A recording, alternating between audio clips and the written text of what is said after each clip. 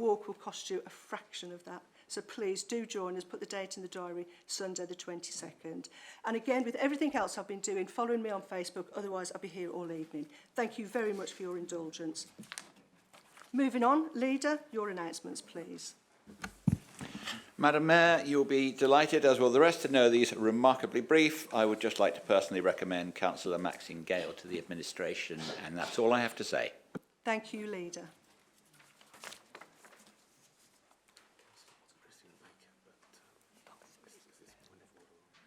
Christine, please. Thank you, Madam Mayor. It's probably a bit unconventional for me to rise and ask to speak at this particular juncture, but may I congratulate you on the work that you are doing towards men's mental health. I had a son who was a local authority lawyer, and I'm afraid, I'm sad to say, that he committed suicide at the age of about 38.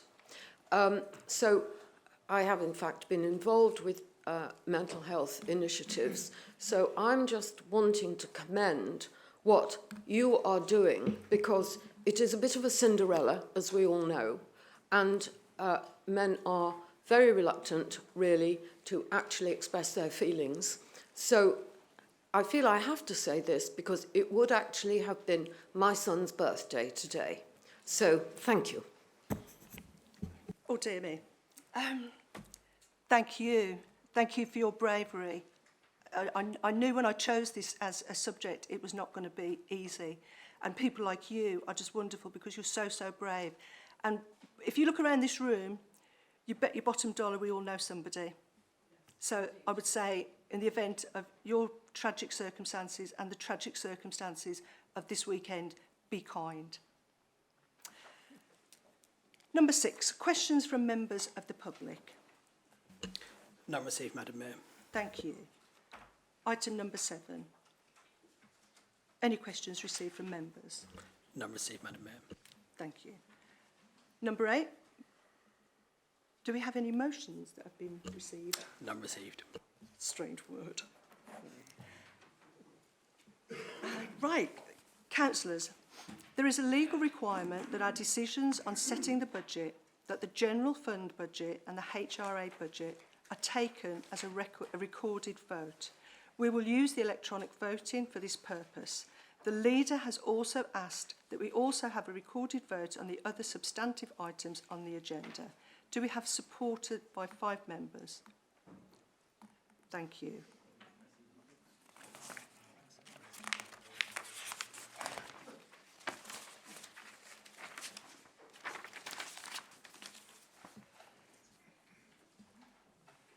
We now have reports from the Executive proposing the General Fund budget, the Capital Budget, the HRA budget and the 2021 and the Annual Pay Policy Statement.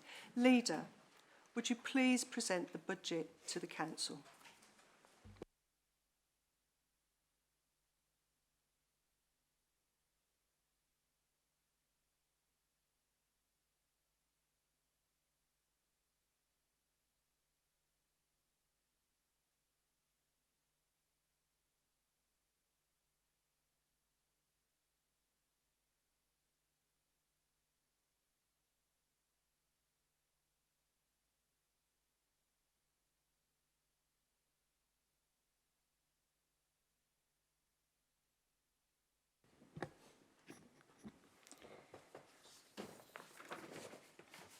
Thank you, Madam Mayor. It is a pleasure that I present this part of the executive minutes, and I trust I have a seconder. Pleased to second, Madam Mayor. Good evening, councillors, ladies and gentlemen in the public gallery. I'm pleased to present to you the first general fund budget of the new administration, which is outlined in the report in your packs on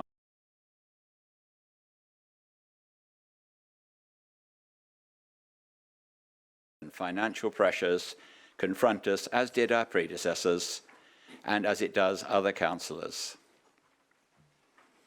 And so before Councillor Merriweather, effectively my Chancellor, presents that report in more detail, I would like to set the scene with a number of more general comments about the situation in which we find yourselves. I'm sure Councillor Merriweather will be delighted to know that, contrary to national policy, I will not be knifing my Chancellor. The report relates only to our general fund budget and does not cover our social housing activities, which will be dealt with by our housing revenue account and looked at later under agenda item 11. Excluding our housing revenue activities, our general fund is the account into which we receive all our other revenues, and therefore it is the pot from which we expend money on all of our other day-to-day activities. Therefore, it is clear that having a robust general fund budget is essential to the delivery of all aspects of our corporate plan, which, to remind you all, states specifically that we will promote and sustain a financially sound council. For some years, it has been central government policy to reduce the funding that this and other councils receive, either in grants or from the small share of business rates that it allows us to retain. It is doing so despite relentless upward inflationary pressure on our costs, and is doing so faster than we can reasonably be expected to make up the resulting gap from other income sources. There is therefore extraordinary pressure on us to cut costs and, by implication, risk services. This is captured on the adverse side of the medium-term financial plan, which is summarised in table 4.2 of your report, which you'll find on page 24. I would also encourage you, during Councillor Merriweather's remarks, to view the chart on 4.12, also on page 27.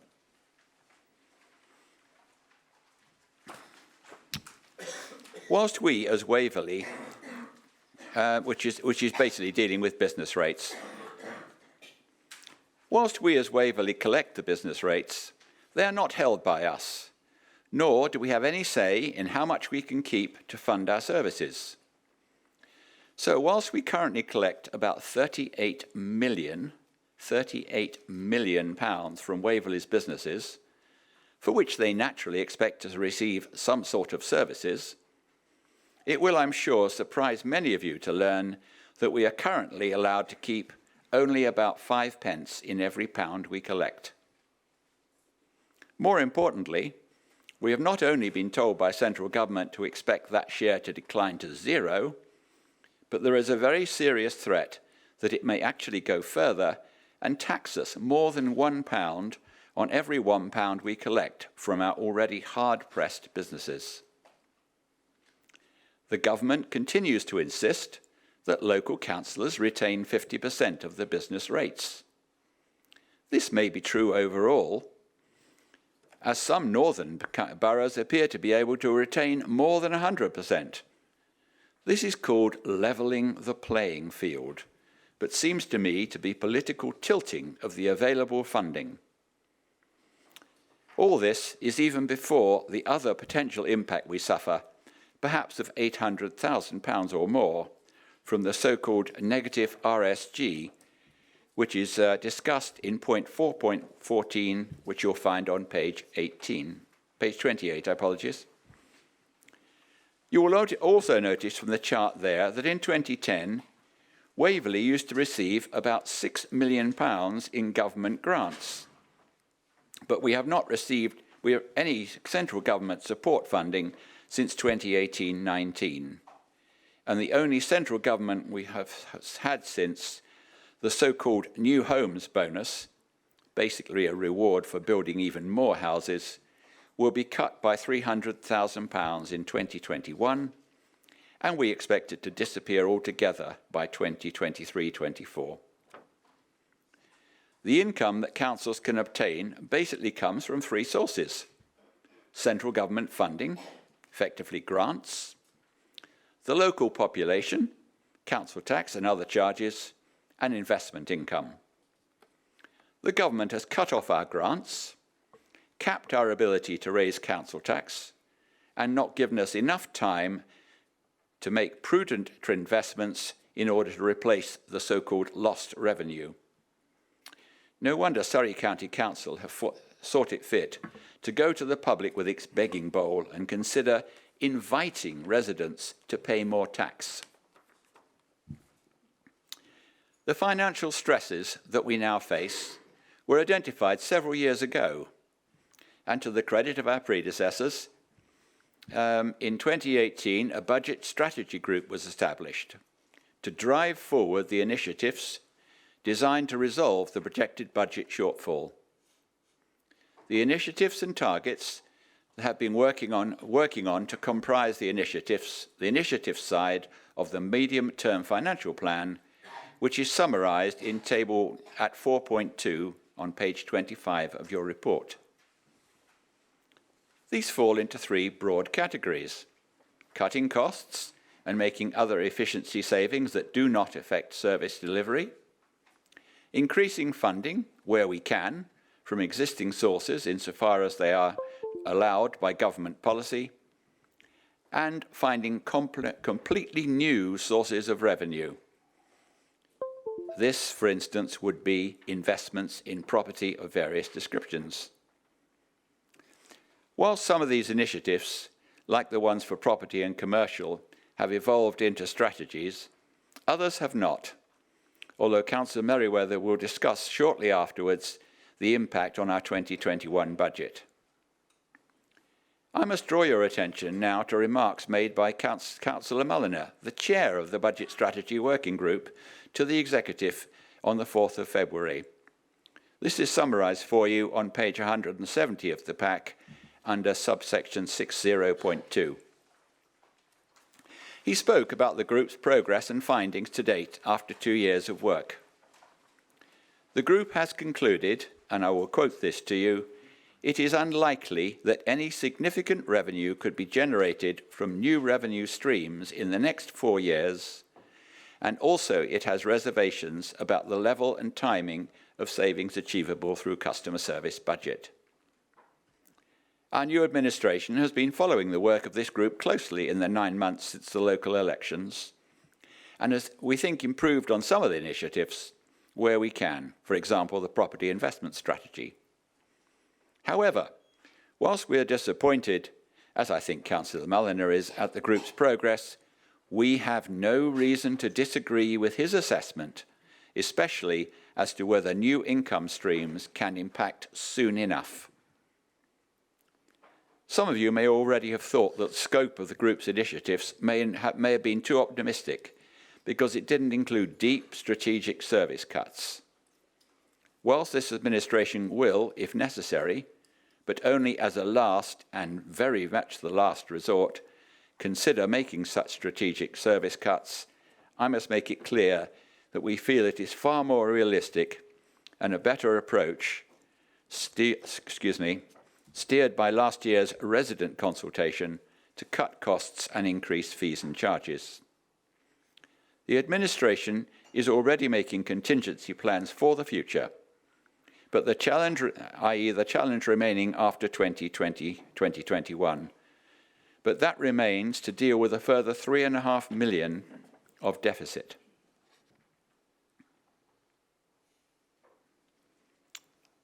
Which is about a quarter of our general fund budget.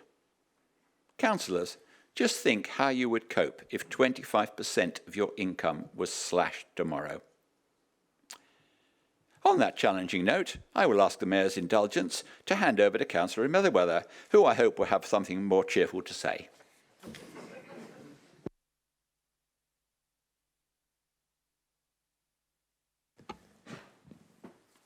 Good evening, everybody, and a special welcome to Councillor Gale. We're very welcome. Right. So, Councillor Ward's already drawn your attention to the key threats in the medium-term financial plan, so I'm going to concentrate on the details of the proposed general fund budget itself, summarised at Annex 2 on page 45 of your pack. Councillors, for 2021, we're presenting a balanced budget under those very challenging circumstances. We're doing this not just because we want to, of course, but because we have to. This council doesn't have the reserves we'd need to run a general fund deficit, even if we wanted to.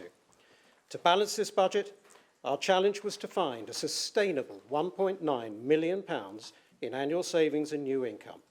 This is only the first step towards the £5.4 million per year in total we need to find by 2023-24, all just to tread water. Within these constraints, we're also presenting a fair budget, one that reflects a corporate strategy that itself expresses the mandate on which we were elected less than a year ago, and our residents' other priorities as informed by last year's budget consultation.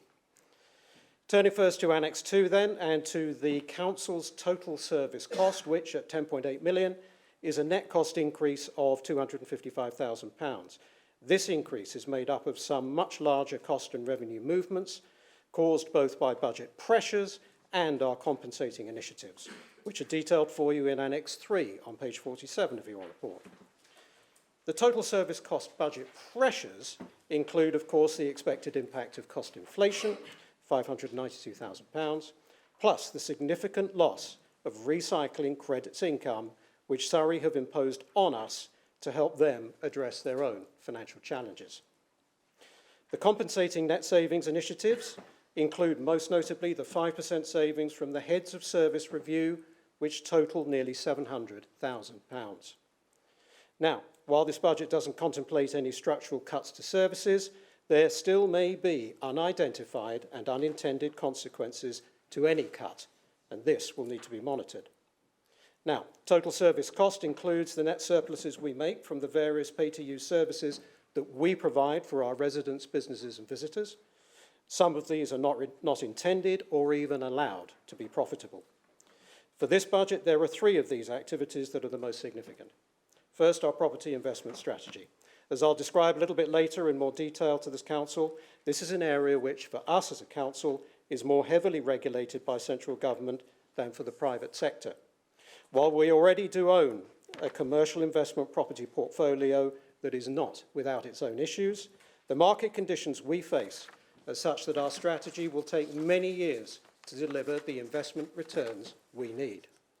Therefore, for 2021, we've offset the remote impact of the increase in investment income by also increasing the voids provision in the contributions to reserve section of the budget.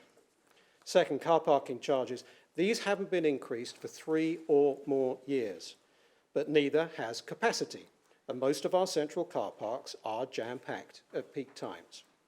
In this budget, we've not only listened to our residents and businesses, but also to the advice from our independent consultant carrying out the strategic review of off-street parking in Waverley. So we are not proposing a blanket increase in car parking charges.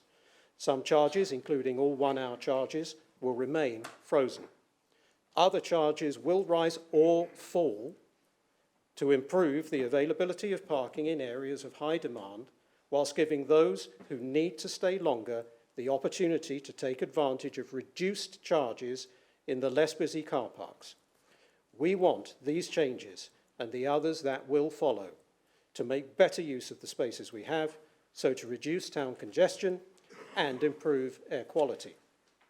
Our consultants has estimated that these changes will actually increase usage in the less busy car parks and thereby increase our car parking revenues, and we think it's only appropriate that the lion's share of this, £100,000, be earmarked to pay for the ongoing costs of delivering our climate change emergency action plan.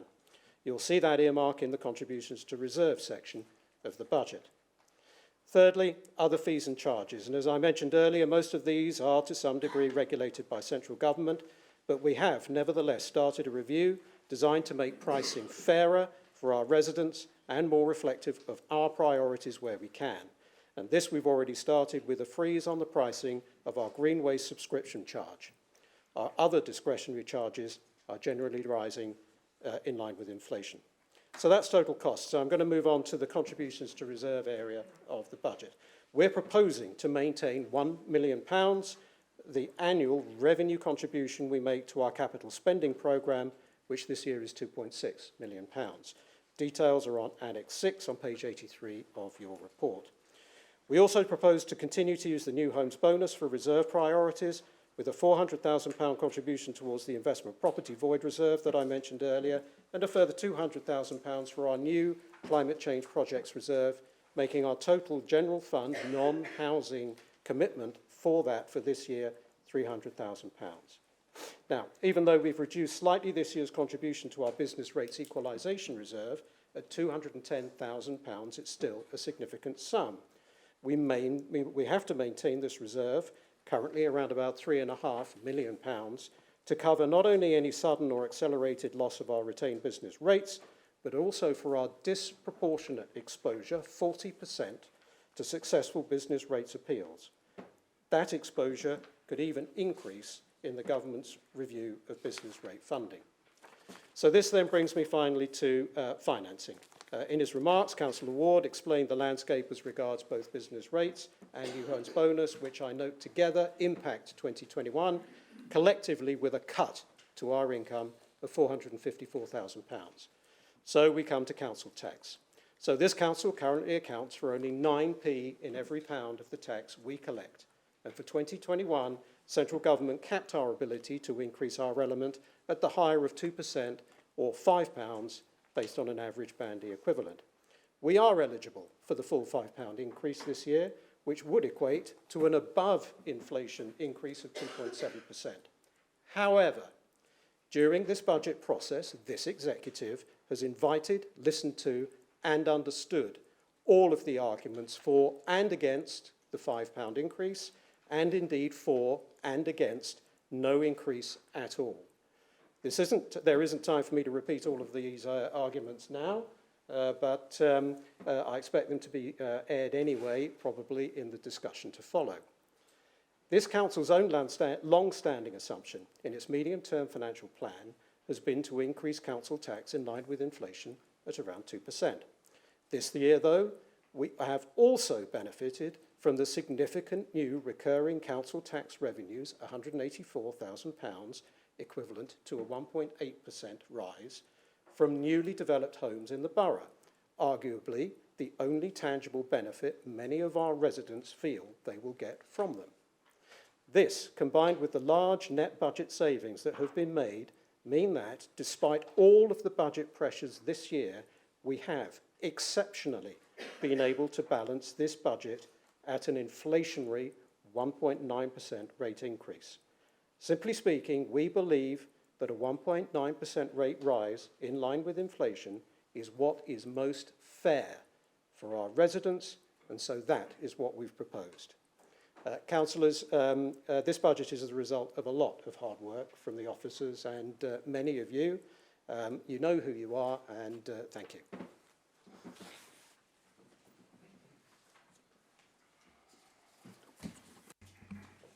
Thank you, both of you. Councillor Potts. Madam Mayor, thank you. Firstly, I would actually like to thank Mr. Cllr and the finance team for their hard work, assistance and professionalism to us as a Conservative group with the budget briefings. Now, councillors and members of the public, before you this evening, we have what I think can only be described as an exceedingly optimistic one-year budget. So the very real concern of the Waverley Conservative group is how does it fit into the four-year budget strategy? Does this first-year budget actually address the structural issues that Waverley, like so many other district and borough councils, face over the next 4 years? There can be no doubt that savings not accomplished in year one will therefore make years 2 to 4 far more difficult, nay, unachievable. We see this as a significant risk.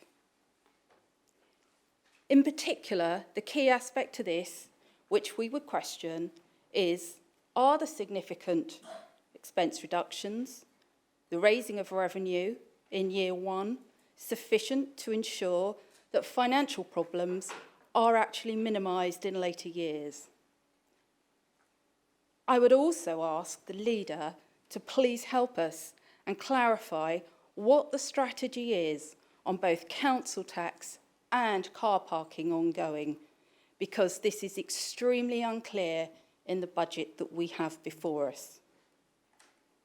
With no specific strategy in place for these two key aspects of the council's budget, it makes it almost impossible for us to make a sound, informed, professional decision this evening. We have proposal on car parking charges and have still not seen the review in full. So again, as I say, we do need to know what strategy is. We have a significant sum, some £300,000, proposed for climate change in this first year. But again, this is non-specific. And again, we have seen no plan. Where is the costed plan? We have grave concerns, as I say, that critical aspects to the Council's financial strategy are both vague and non-transparent. From what we have seen of this administration's budget, income generation from property investment plays a crucial part. £1,200,000, councillors, a huge assumption. £300,000 out of income can come from one near-term investment paid from reserves. However, again, a huge risk, likely to fail to achieve for the following reasons. Our understanding from political comments at the Value for Money ONS the other week was that the administration intends to limit themselves to Waverley-only properties. Simple arithmetic proves this to be a tiny pool of opportunity to be competed for in the open market. They won't invest in some properties because they're unethical. But exactly how is this defined? A tiny pool becomes microscopic. The arithmetic of the PWLB funded acquisitions has become almost insurmountable since the 1% hike in loan rate. And ideas of getting involved in residential development, while absolutely laudable, involve long-time delays and a significant risk before even being delivered. And continuing in investment, what is happening with our leisure centres, the once jewel in our crown? What has happened to plans for Cranley? And given the carbon neutrality target of this council, can a new leisure centre with both dry and wet side facilities even be built? Or are we just treading water until a private provider moves into the area? Godalming Leisure Centre, again, delays. And whilst we know the school have to apply to the Secretary of State for the car park extension, the delay to a £70,000 annual income is significant. And Farnham, again, what is happening at Farnham Leisure Centre? Dither and delay has cost us the climbing wall. What assurances can be given by the leader that the rest of the expansion will even proceed? Heads of service are expected to create £699,000 of savings this year. The most exposed here is surely commercial services, with some 246,000. Waverley training services, leisure, ranger reduction, and proposed changes to Cllr all are of serious concern to us. And how realistic are the business transformation objectives? Whilst we understand there's been some slippage already, we have serious concerns about staff morale. Never forget, our staff are our most important asset. Delivering such huge savings through massive cuts begs the question, are we really going to be adequately staffed to enable us to provide the core services for our residents? So, to summarise, we have major changes to car parking charges being delegated. We have initiatives that are uncosted. We have no coherent four-year budget plan. This from a leadership who were on the previous council and should therefore be fully aware of the day-to-day funding requirements of Waverley. The Conservative group have serious and grave concerns about significant aspects of the general fund budget proposal before you.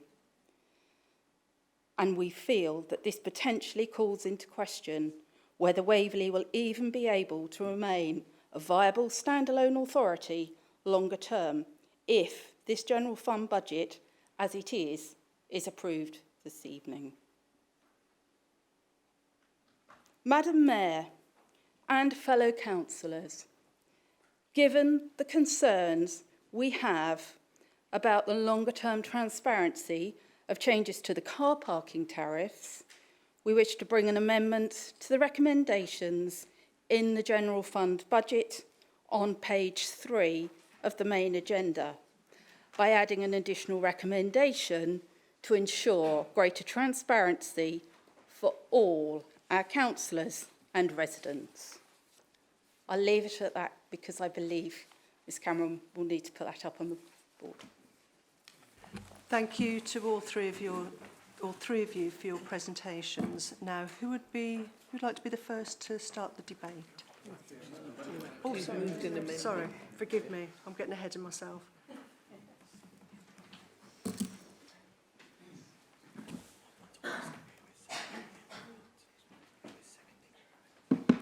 Councillor Potts, can I ask please if you have a seconder for your amendment? Happy to second, Madam Mayor.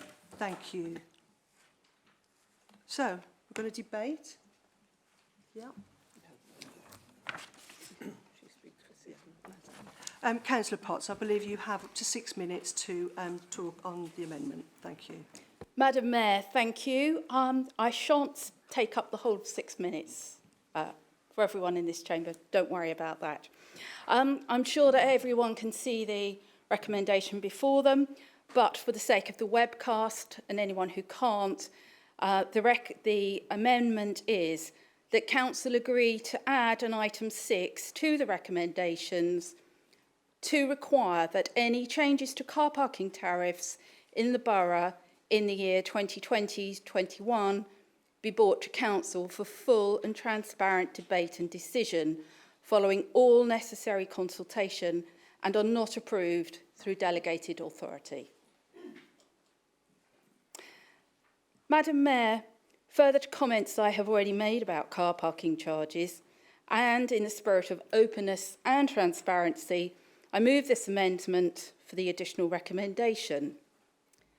Now, when fellow councillors approved the use of delegated authority for fees and charges last year, I'm sure many, indeed certainly I was, unaware that this would potentially include car parking. Indeed, I'm told by members of the Conservative group how surprised and indeed shocked some of them were when they attended Councillor Merriweather's drop-in sessions, only to be told that car parking charges would be increased under delegated powers. Furthermore, some of the Conservative members of the Standards Committee recall this particular matter being discussed and being assured that that would not be the case. I am sure that members of this council, cross-party, will agree that changes to car parking charges must have a fully open and transparent debate before any decisions are made. The Rainbow Alliance has made a point of expressing its desire to communicate and listen to residents in Waverley. It is crucial that happens with decisions as key as car parking, and that process includes all councillors, as this impacts, as they will all, and you will all know, on residents, on businesses, and those working and visiting our towns and villages across Waverley. So members, this really is quite a simple decision. I'm sure it's really a decision for your conscience. And I commend the recommendation to Council. Thank you, Madam Mayor. Thank you, Councillor Potts. Do you have a seconder? I'm the seconder, and if I could speak. Please. Madam Mayor, I am concerned.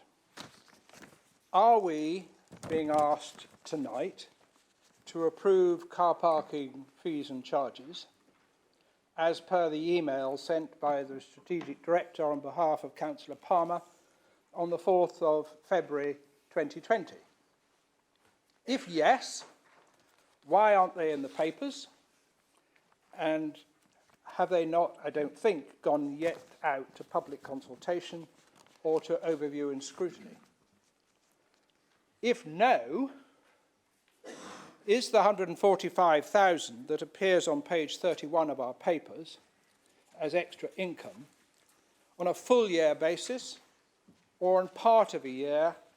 And when will the administration think that the car parking charges will be approved and considered? I have more concerns when, in the said email of the 4th of February, Councillor Palmer says further proposals concerning car parking will be put forward in the near future. Also, as has been mentioned by Councillor Potts, I attended a drop-in with Councillor Merriweather, who did say, on replying to a question from Councillor Hyman, that if fees and charges needed to be changed, and I think it was a particular reference to Riverside, the executive would have authority to change them. Now, I'm sure everybody reads the Constitution and the scheme of delegation as a bit of bedtime reading, but I think our Constitution is such that only full council can approve fees and charges for car parking and fees and charges generally. And I refer to the section 151 officers E3, which says adoption of fees and charges after consultation are subject to annual approval by the council of the complete schedule of fees, which raises the question, if we don't have all the fees and charges before us in our papers concerning car parking, where does that leave us? And under car parks, under I think it's I-10, it gives the executive day-to-day management decisions, except reserved to the council the setting of off-street car parking charges. I think, therefore, our Constitution is quite clear that car parking charges must be approved by this council, full council, and not delegated to the executive. And this amendment is to ensure it does come to council. So I would like that assurance that it will come to council, or am I right in hearing what Councillor Merriweather said, that he thinks that the executive do have the power? I'm worried from Warnish, and I would like to be reassured. Thank you. Thank you, Councillor Goodridge. We've had a mover and a seconder. I'd now like to open it up to debate on the amendment only. Councillor Cossa. Thank you very much, Madam Mayor. I would like to support the amendment that's been drawn down. When I got the email on behalf of Councillor Palmer, I noticed that in one of the car parks close to my own ward, the proposal seemed to be, frankly, a nonsense and not in line with the stated objective for freeing up car parks in local communities for the use of the local community and in support of businesses, specifically one in Farncombe, close to the station, where the charge is something like £5 and the station car park have put their charges up to £8. So guess where everybody's parking from first thing in the morning, clogging that car park up for the use of the community. The council don't want to get involved in the detail of that. But the point is simply this. I had assumed that as local councillors, given the stated aspirations of this administration, there will be a proper chance to debate and amend, if necessary, proposals. The response I got from Councillor Palmer, I thought was actually quite odd. What he actually said to me was, well, would you like us then to put the charge up to £8.10? Well, that wouldn't have made much sense either. And he indicated that these were only interim charges and there will be more coming along sometime. I really think we're owed a proper explanation from those responsible for now running this council as to just when we, as councillors and local people, are going to get a chance for an input into what is a really significant matter for our local communities. Thank you, Madam. Thank you, Councillor. Anybody else wish to? Councillor Palmer. Thank you very much. I'd like to thank Councillor Cllr for contacting me. He's actually the only councillor who approached me after the email, and I did understand his email as a request that car parking in that car park should be more expensive.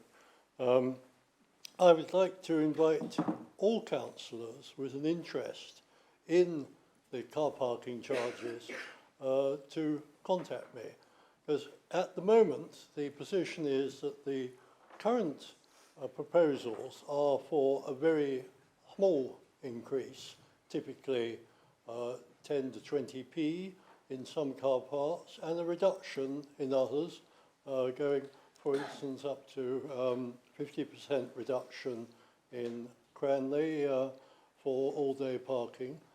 And the objective is that the most immediate difficulties within the parking system should start to be addressed. However, as was referred to by Councillor Merriweather, we have had the benefit of an external consultant looking at the parking charges and comparing them with other boroughs in the vicinity. So rather than rush into more substantial changes, either up or down, we felt that it was appropriate, purely for the reasons cited by several speakers, to make a modest adjustment after several years of no change, and to come back at a later stage with more extensive proposals. When we've done that, I'll be very glad to write to all councillors so that they have the benefit of seeing the proposal, seeing the strategy that we're trying to follow. I hope to meet Councillor Cllr's objective, and I hope to be able to respond to any other submissions that there may be. Only when we've got that can we have an intelligent discussion, because it's really more important that we do it Raise right. a point of order, please, Madam. Yeah. We're meant to be speaking to the amendment. We seem to be drifting way away from it.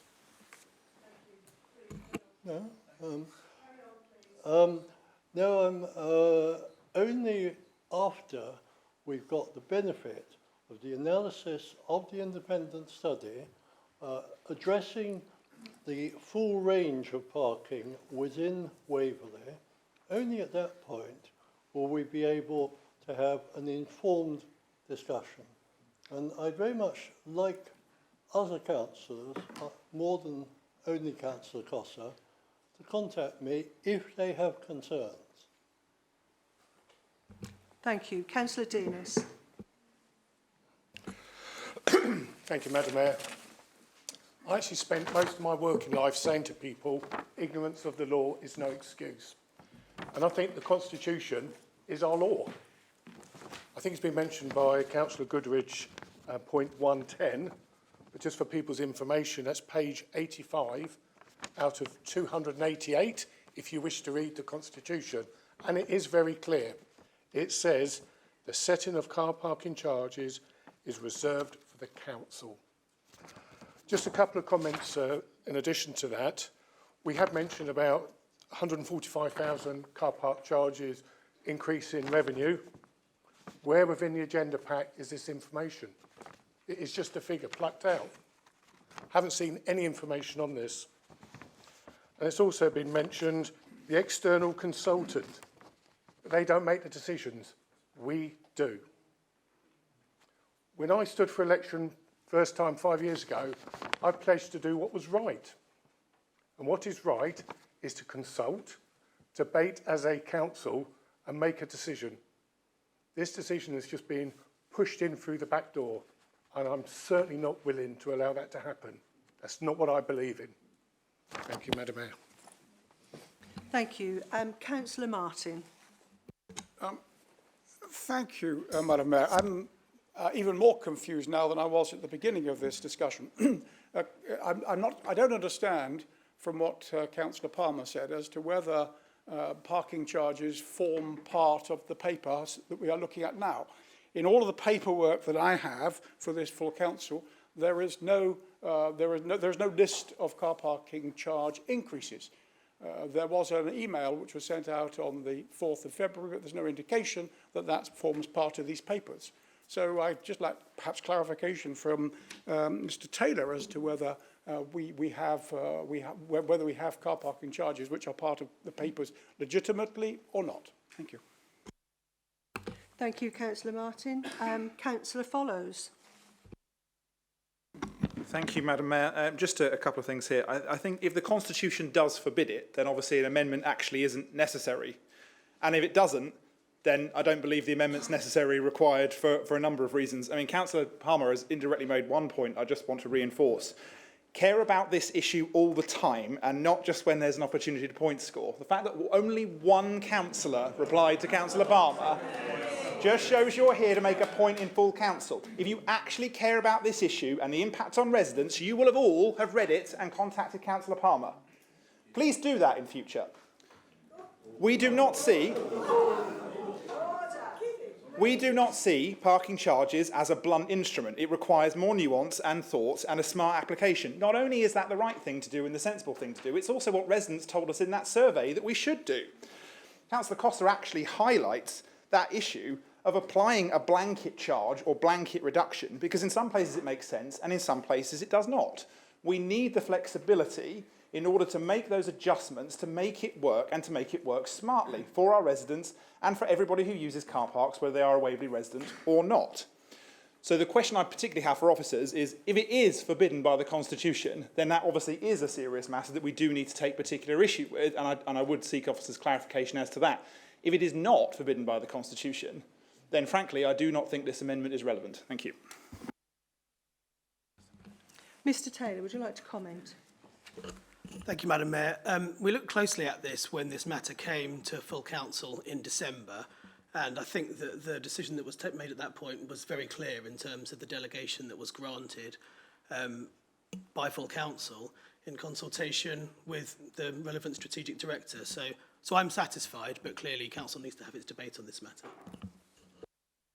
Do I have any other speakers? Councillor Knowles. Thank you, Madam Mayor. I'm happy to support this amendment, which is needed to ensure that a major financial decision is taken by this council and not hidden away. Not only is it the right thing to do, but I submit that it is needed to comply with the spirit of the law, which in the Local Authorities Standing Orders England Amendment Regulations 2014 require a recorded vote to be taken on budget proposal. As it stands, we're being asked to vote blind as the proposals are not included in the papers before us. An email circulated on behalf of someone does not form part of the budget proposals. We've been circulated that email, which does indicate that these changes may be temporary and there could be further changes in the fees. And as I've said, these figures are not within the budget, so residents can see how their elected representatives vote on the increases in their ward. At Milford, for example, a 100% increase. In my own ward, the town centre car parks have both proposed substantial increases for those staying anything over short term, but certainly at 8 and 9 hours, affecting shop workers probably. Many already park on the town roads, and this will force more to do so, causing unnecessary congestion. I support the amendment, as it is important that such changes can be debated and voted on by full council, so that our residents can see how their councillor votes. I will not support the proposed changes to charges and hope that other Haslemere members will also support the town and not subsidise others. This is not a political issue for me, as I did not support the increases under the last administration. This amendment gives transparency in one of the major finance issues of the council. It is right and within the spirit of the law, and I commend it to council. Thank you, Councillor Knowles. Councillor Wilson.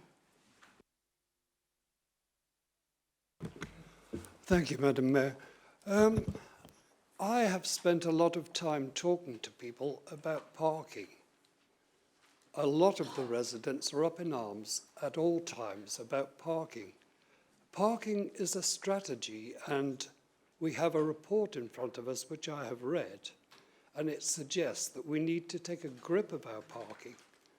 I think that we have to allow a degree of flexibility in this as we find out how things work. But at the moment, we suffer mainly, I think, in most of our communities from commuter parking. And we have to manage it. The on-road parking is being run by Guildford, I believe, on behalf of Surrey, and we have no say in how that part of the thing is managed. So it really is a case of we have to get a grip of it, and we have to build flexibility into it. And I don't see that we need this amendment. I do see that we need to take a long and hard look at parking and allow the officers on the ground to make recommendations quite quickly as we manage the situation. Thank you, Madam Mayor. Thank you, Councillor.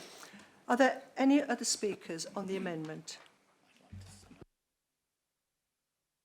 Thank you, Madam Mayor. I won't be supporting this amendment, but I would like to say I'm very pleased to see the Conservatives' sudden transformation to being interested in transparency. I was a member of the opposition for 4 years, and I was aware, as we always aware, both Conservatives and opposition members, that all decisions in the previous administration were taken behind doors at private Conservative group meetings. So hopefully, if they're ever elected again to be the administration, maybe we can look forward to them running the council differently from how they ran it last time. Thank you.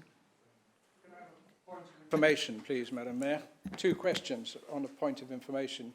Could I be pointed to the minutes of the 10th of December, which are in front of us as part of our papers, as to where that delegated authority was given? And secondly, if there is no public consultation, is it legal for us to put the car park charges up without such consultation? Councillor, Mr Taylor. Thank you, Madam Mayor. If you refer to the papers and the financial regulations and look at paragraph 7.2 within the papers for the 10th of December, that deals with the point about the Section 151 officer in consultation with the relevant portfolio holders reported annually to full council for information as part of the budget report in respect of the fees and charges. I won't answer on the question of law. I will ask Daniel Bainbridge, with Mayor's permission, to answer on that point. Thank you. Thank you. I'd like now to move to Councillor Baker, please. Thank you, Madam Mayor. I rise to speak because the opposition have referred to the increase in parking charges at Milford, which is the ward I represent. They have said that the increase is 100%. Perhaps I'd like to inform members just exactly what that represents in terms of the charges. The charge for 2 hours at Milford, Station Lane, we all remember Station Lane, don't we? It has gone up from 10p to 20p. That is rather modest in my eyes. It gives us a small amount of income for other things, maybe even just for restoring the surface. And if you'd like to know what the 24-hour increase is, it's from £1.50 to £1.60. I rest my case. Thank you, Councillor. Councillor Hyman. Just a point of order, if I may, Madam Mayor. Is there any such thing as a point of information?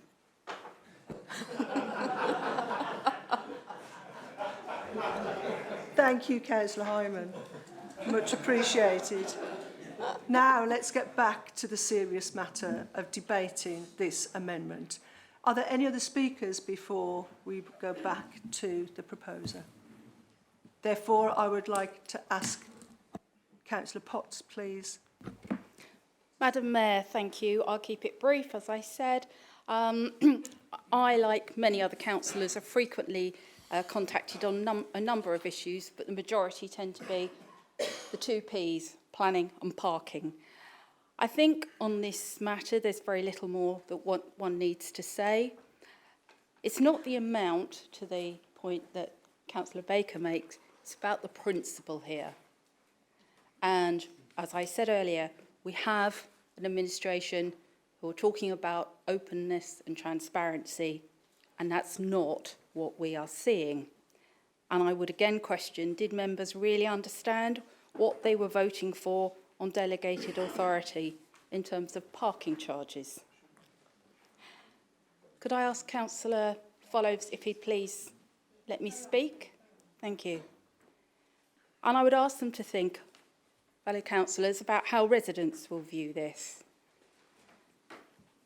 And as I say, I think that sums up the concerns of this Conservative group this evening and why we are supporting this recommendation. Thank you, Madam Mayor. Thank you, Councillor Potts. Can I just say at this moment in time, please, whilst I'm kind and nice, I won't tolerate bad behaviour and bad manners. I said in our last full council meeting that there are the occasions when it is an occupational hazard, being in this chamber, you may not like what you hear, but you have to take it on the chin. So please, when people are talking, would you be respectful, don't talk over them, and you cannot take part in a fair debate if fellow members cannot hear what is being said. Now, I think we've aired this subject sufficiently. I'm now going to ask the leader to sum up.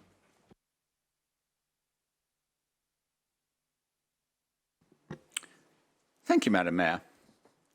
I am partially in agreement with the Leader of the Opposition that she remembered us debating changing charges last year, and I have checked with the officers carefully, and I am assured that on the 10th of December, full council approved a change to our financial regulations which allowed these things to be delegated. There is therefore no problem. You have all agreed to it. I am surprised, I have to say, that there is such a difference of memory in the opposition, but that is what happened on the 10th of December, and I have checked that with the officers as you requested. Therefore, this is available. Having assured myself that it is available, then why should we want it delegated? We want it delegated because bringing things to council is a very blunt and time-consuming instrument and has... Are we at it again? And as has been referred to earlier, we want something flexible that can respond to demand and can easily be done. So, councillors, you've agreed to delegate it, so let's not argue about that. Do you want the thing to have to go through reports and papers and come to council? Or would you, if you're in charge, quite like to be able to be flexible to the demands of the public? I am totally opposed to this amendment, and I trust all those who think clearly will vote against it and defeat it. Thank you. And on that note, can we go to the vote on the amendment, please, as you can see on the screen? Is it gone? Thank you.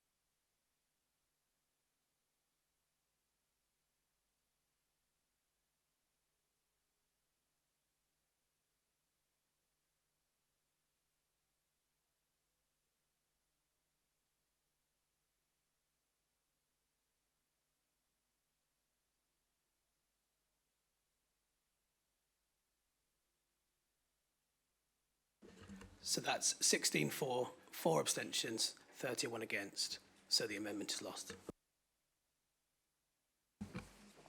So, on that note, we'll return to the debate. Leader, I believe it's your turn again to just summarise a couple of items before we go to the debate. So we'll go straight to the debate instead. Councillor Beeman. Thank you, Madam Mayor. Last year, when I was Chair of Value for Money and Customer Services Overview and Scrutiny Committee, I warned that the balanced budget that was presented by the then Conservative administration, without any cuts made to essential services or reductions in community grants, was the calm before the storm, with the future prospect of retained business rates being totally withdrawn in the near future. A year on, and that storm is still coming. The facts speak for themselves. Council tax collected from residents of Waverley, 10 million.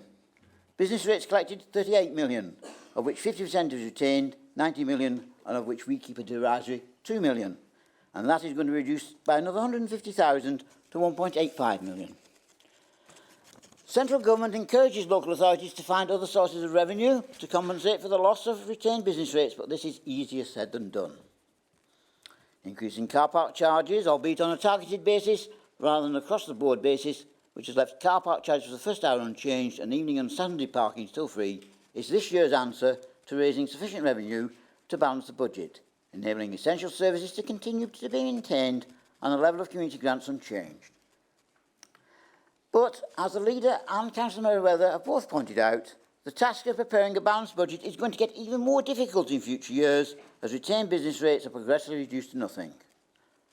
But why should local businesses pay business rates, none of which in the near future will be spent in Waverley on providing local services and infrastructure, whilst at the same time, to balance the books, Waverley Borough Council will probably have to progressively increase car park charges to the maximum level allowed, which will inevitably make Waverley a less attractive place to visit? Is this the policy of a central Conservative government that claims to be the friend of business? There is currently a fair funding review being undertaken by central government, which includes a review of business rates, which is now expected to be reported later this year. Indeed, it is possible that the level of business rates retained for expenditure on local services for government services may well increase from 50% to 75% or even 100%. There is only so much that Waverley can achieve itself through management efficiencies and raising revenue from other sources. Retention of some level of business rates collected in the borough is also surely justified to help provide the services and infrastructure that local businesses need in order to prosper. As you all know, I don't believe that national politics has any part to play in local government decision making, and as local councillors we are here to represent the best interests of the local residents of Waverley. Will therefore the Conservative opposition group join this administration in seeking the retention of even the existing derisory level of retained business rates, and also campaign for it to be increased should the overall level of business rates retained for expenditure on local government services be increased from 50% to 75% or 100%? We collectively owe this cross-party solidarity in the interests of all residents of Waverley. Thank you very much. Thank you. Councillor Cosser. Thank you very much, Madam Mayor. The section of the budget proposals I want briefly to focus on is those which suggest that we can raise investment property income by a figure of £300,000 in the current year. Now, I can well understand the seduction to the administration of going for an inflated target of this kind to prevent them having to further raise income through further increases in parking charges, reduce services further, or even raid the reserves. But I have to say, the papers that are presented to us on the investment strategy in Annex 7 provide no confidence, as far as I'm concerned, that this is a credible target.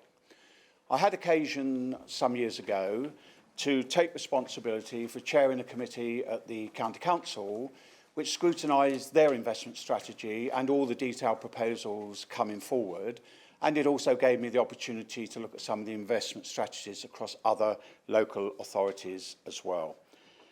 One of the things I learned about what is frankly an unfamiliar and very risky area for local authorities was that you were only likely to be successful if two things were in place. Firstly, a clear and unambiguous commitment to pursue whatever investments were most likely to produce a good return, whatever that type of investment may be and wherever it may be located. Could I find that focus in our strategy? Absolutely no chance. Quite the opposite. Paragraph 4.1 on page 121 says the council will only consider property investments that support the corporate strategy. Then in paragraph 5.2, investments inside the borough are most likely to be able to support the corporate strategy. So we're going to do investments only inside the borough. But then, perversely, in paragraph 5.3, opportunities for investments outside the borough will be considered. Well, what sort of strategy is that? It's very unfocused, it's very contradictory, it's not competent, and it's not transparent.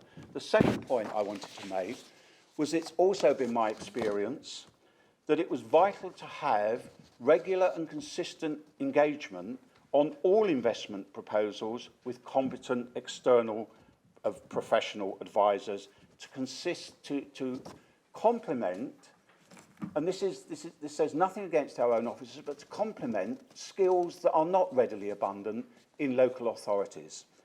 But what have we actually said about that in the report? In paragraph 8.4, external professional advice will be sought where necessary. Who's going to judge where it's necessary?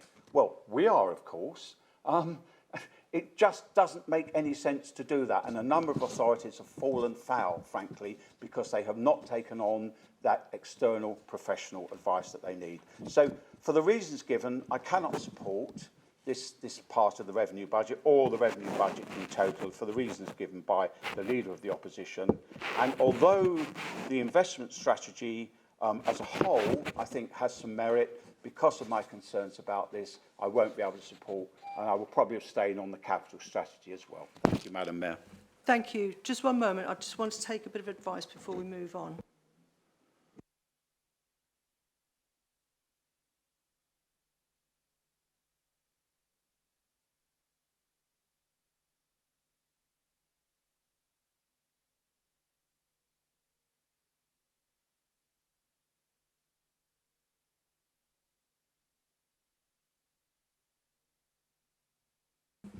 Are there any other speakers? Councillor Cole. Thank you, Madam Mayor. Can I thank Councillor Merriweather for his very clear presentation of the budget and, of course, the work done by his team and the officers. Can I raise the issue about the Cranley Leisure Centre? Now, I note that the last administration made an unfunded promise to make some changes to the Leisure Centre facilities. But, and of course I now regret, and that's been taken by residents as effectively a promise by this authority to carry that out. Of course I regret we're not yet able to bring that, to put that scheme into our budget. But I do understand that there have been some discussions with stakeholders about what can be done to bring the promise of the last administration to fruition. So perhaps can Councillor Merriweather bring us up to date on that? Thank you, Councillor Cole.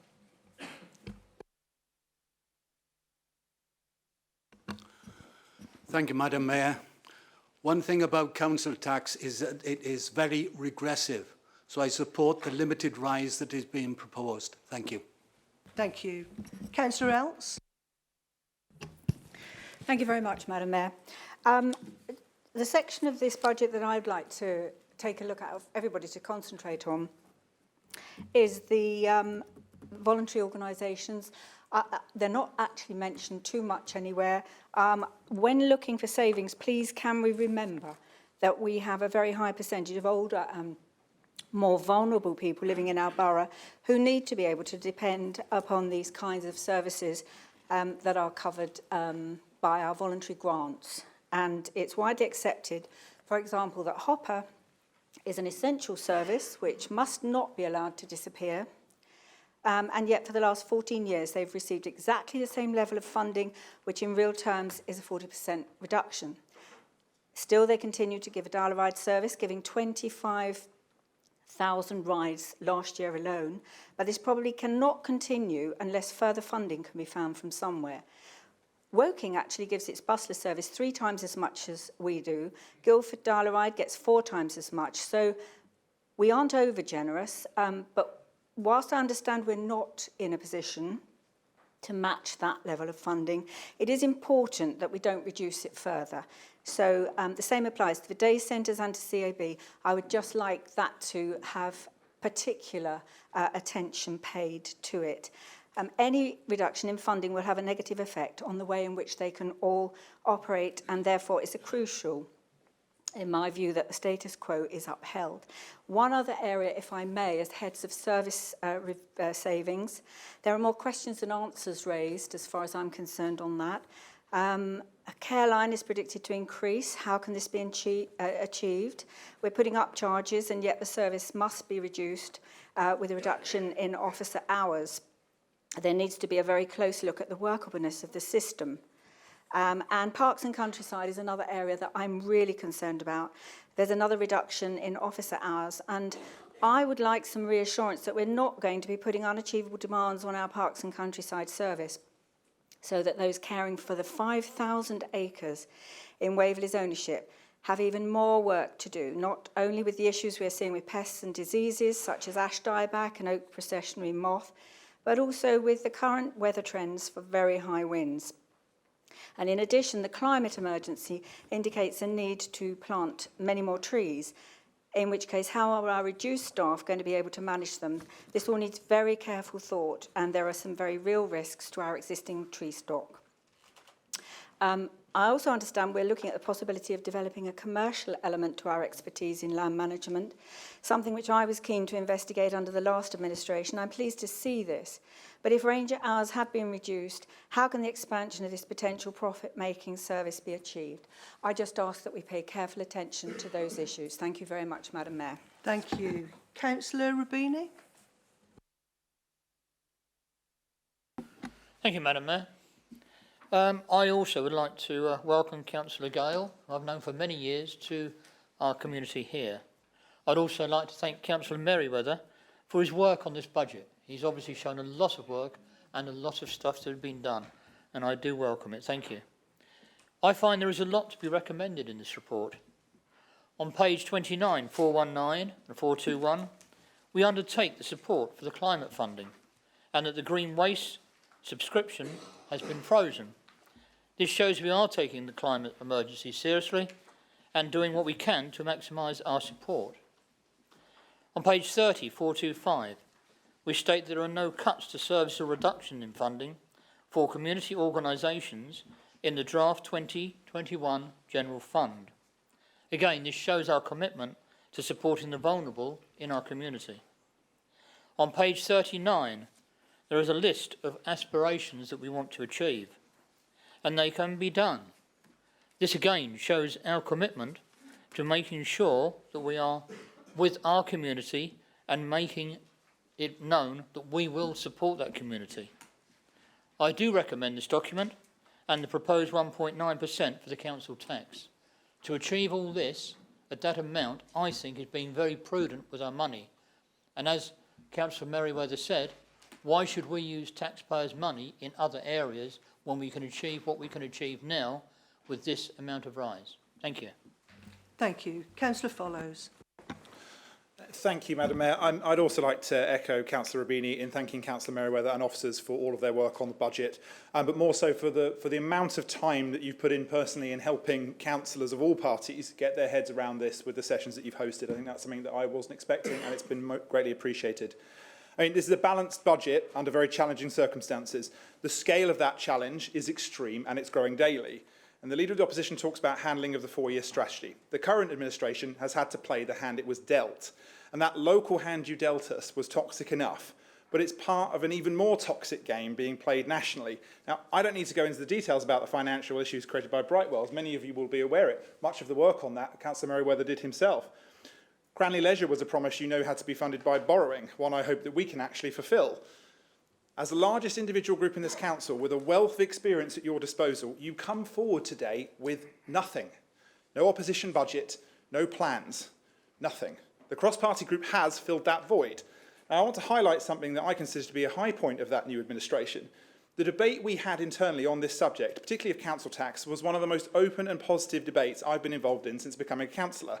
Diversity of political thought and political tradition, plus the need for compromise amongst the groups, leads to a healthy debate.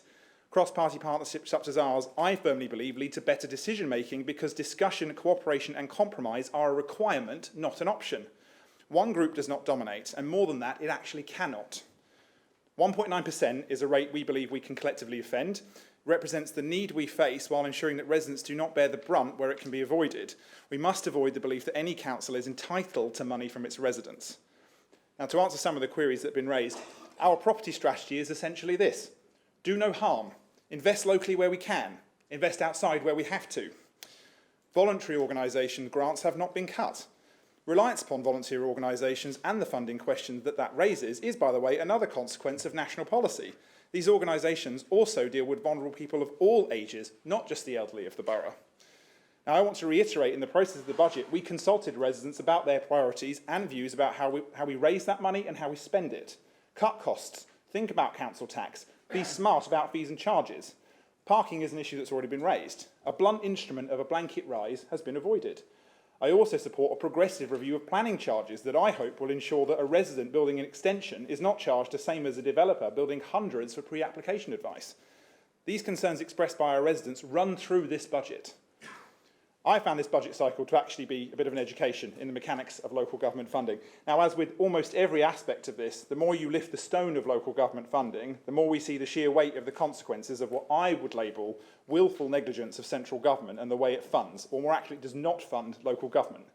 Waverley retains a paltry 5p in the pound on business rates, and a level of central grant funding has reduced to nil.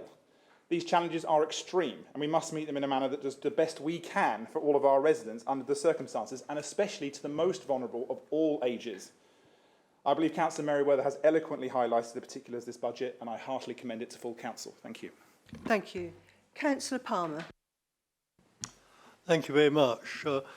I agree with the general points that have been made earlier about the need for transparency, and just for clarity, I'd like to stress that when we come back to the issue of parking, I will be in touch with all members so that I can benefit from their input.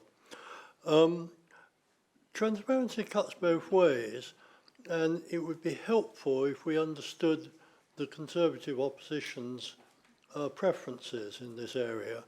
We've heard doubts expressed over the limited increase in council tax. As was pointed out by Councillor Mulliner, it would be possible to raise more money by charging a regressive £5 extra. And we chose not to do that because the council tax is such a regressive system. I don't know if the Conservatives feel that we should, out of prudence. It'd be interesting. For parking charges, as we look at the new proposals, it'd be helpful to know whether they feel overall that parking charges should go up or down. At the moment, we've got no input except for Councillor Cossa. On the expenditure on services, we have one contribution. I'm terribly sorry, but I didn't catch your name, but one contribution expressing concern about the funding for various activities, and I think we'll take that on board. But it'd be helpful to know more broadly whether the Conservatives favour an increase in spending on services or a decrease. And all of this is in the context of the difficulties which we all acknowledge are being caused by consistent austerity of the Conservative government. And I do not expect Conservative colleagues to take responsibility for what their national colleagues are doing. But nonetheless, it would be helpful if they would be clear what they feel we should be doing in this situation. Thank you. Councillor Hunt. Thank you. So Just wanted to say thank you and to commend Mark for the work and the effort that he's put into this, as well as the team that have supported him on it, because it's very clear to see that there are some extremely challenging circumstances in which you've had to work through to put this together. And I think what you've pulled together in respect of the council tax and also the parking charges in particular has been very nuanced, clever, and very focused on being fair, in particular to individuals in the borough that earn lower amounts, shall we say, or shall I say.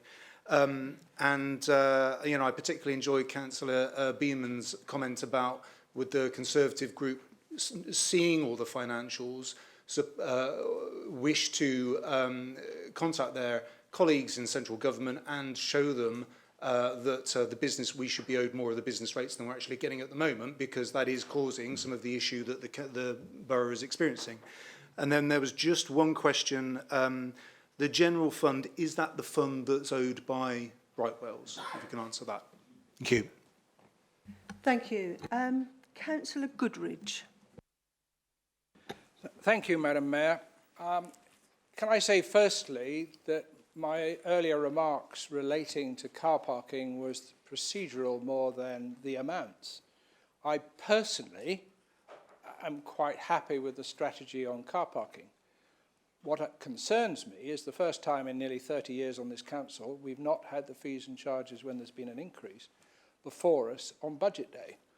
And it was in an email. I will have a word with officers tomorrow or later in the week about the procedures and how financial regulations rank against the Constitution, which seems to me the Constitution should rank in front of anything else. But that's another story. I personally am very content with the car parking charges that have been put forward, and the philosophy behind it is something that's fine. I'm a bit worried about part 2, but we'll see what part 2 is about when that comes in the near future. Can I also say that personally, I support Councillor Beeman's remarks as well. When we were an administration in power, we were putting pressure on members of Parliament to try and provide more fairness, particularly when it came to business rates.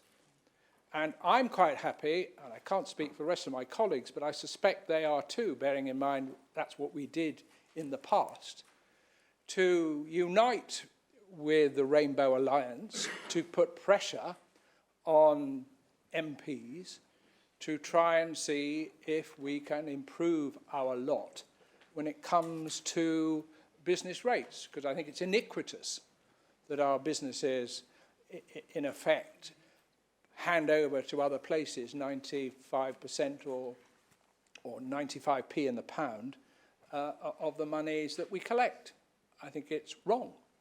And we will do what we can, but I suppose the government has its problems too. But I see no reason why we should not be opposing that. And I would be personally quite happy to associate myself with pressure on the local members of Parliament, one of whom is a seasoned campaigner and one who's new, who are our 2 MPs. So I just wanted to make that clear, that we're not against everything. I'm more concerned, and I'm still concerned, on the procedural, whether we've done things as we should do in accordance with our Constitution. But I shall have a word with our monitoring officer and our legal officer and find out where that leads us. Thank you. Thank you, Councillor Goodridge. Before I move on, Councillor Neil, I've caught your eye a couple of times. I didn't know whether you wanted to speak or not. Yeah, you're next then. Thank you.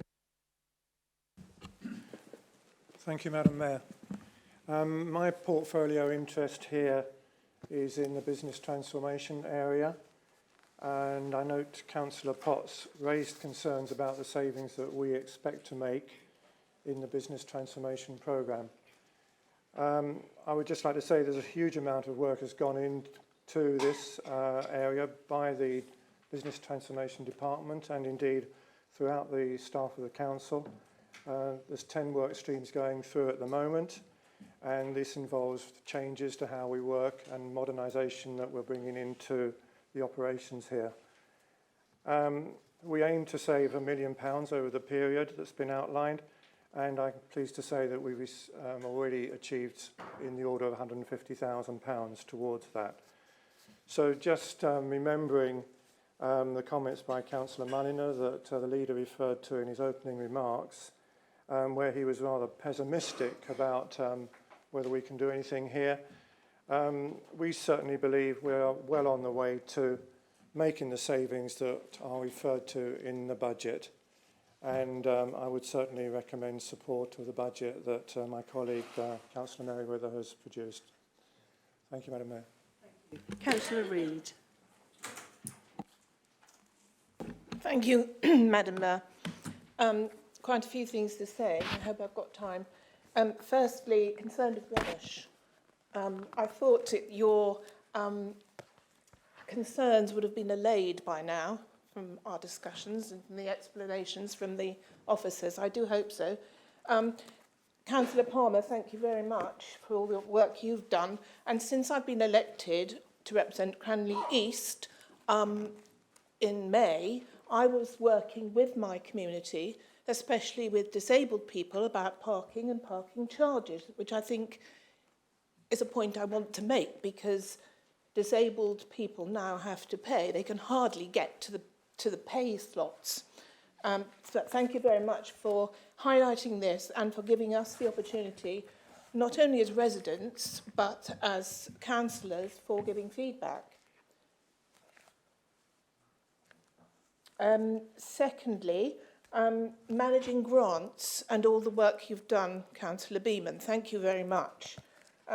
We work with our voluntary bodies and value them immensely. We have a symbiotic relationship with them. We couldn't do it without the volunteers. And thank you very much for all that. I welcome the ongoing discussions on behalf of the Cranley residents for the work and its ongoing work and discussions and liaisons that are going on to solve the problem of Cranley Leisure Centre. Thank you very much for that. And finally, the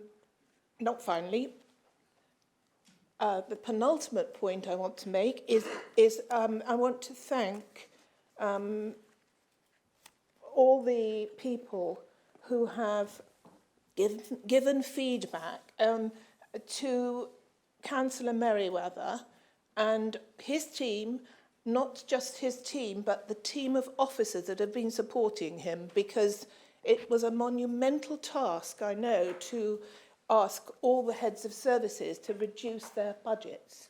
Thank you very much indeed, all of you, officers particularly, and for giving us the opportunity to go to the, I went to the Value for Money ONS meeting, Suffolk Back, and I was asked, would I like to say something? And I was very appreciative of that. But also for providing your services, and I'll echo what Councillor Follows was saying previously, that you gave your complete and utter time to people, members of this council, to ask questions, and that was part of our manifesto, that we would be open. And I'd like to finally end by congratulating the executive, supported by officers, for the delivery of not only our manifesto, but the manifesto of a great many parties represented in our coalition. Thank you, Madam Mayor. And thank you. Councillor Townsend. Thank you, Madam Mayor. And I'd like to welcome Maxine to Waverley Borough Council, another independent councillor, and look forward to working with her. I'd also like to thank officers. This has been a really challenging budget, as has been said before.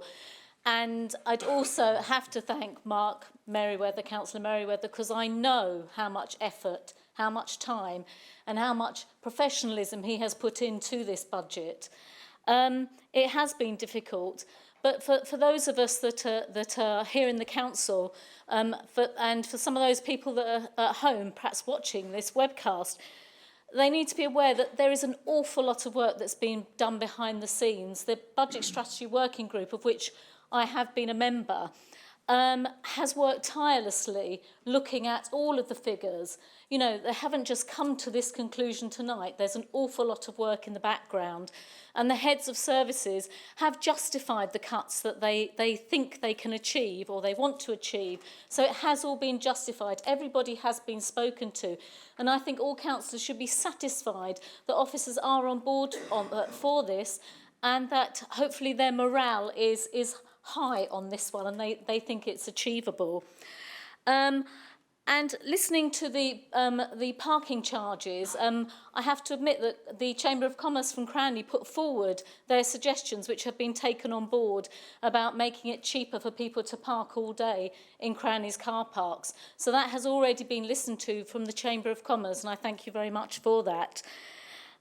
With regards to the leisure centre, which has already been referred to by Councillor Reid, it is unfortunate that the Cranley Leisure Centre has suffered from a lack of investment for years and years and is now in a lamentable state. And it was regrettable that investment wasn't secured for the new leisure centre. But I have an ongoing dialogue, and so does the Parish Council, with officers from this council, and an ongoing dialogue with the executive. And I'm very hopeful that by working together that we can achieve improved leisure facilities for Cranley very, very soon.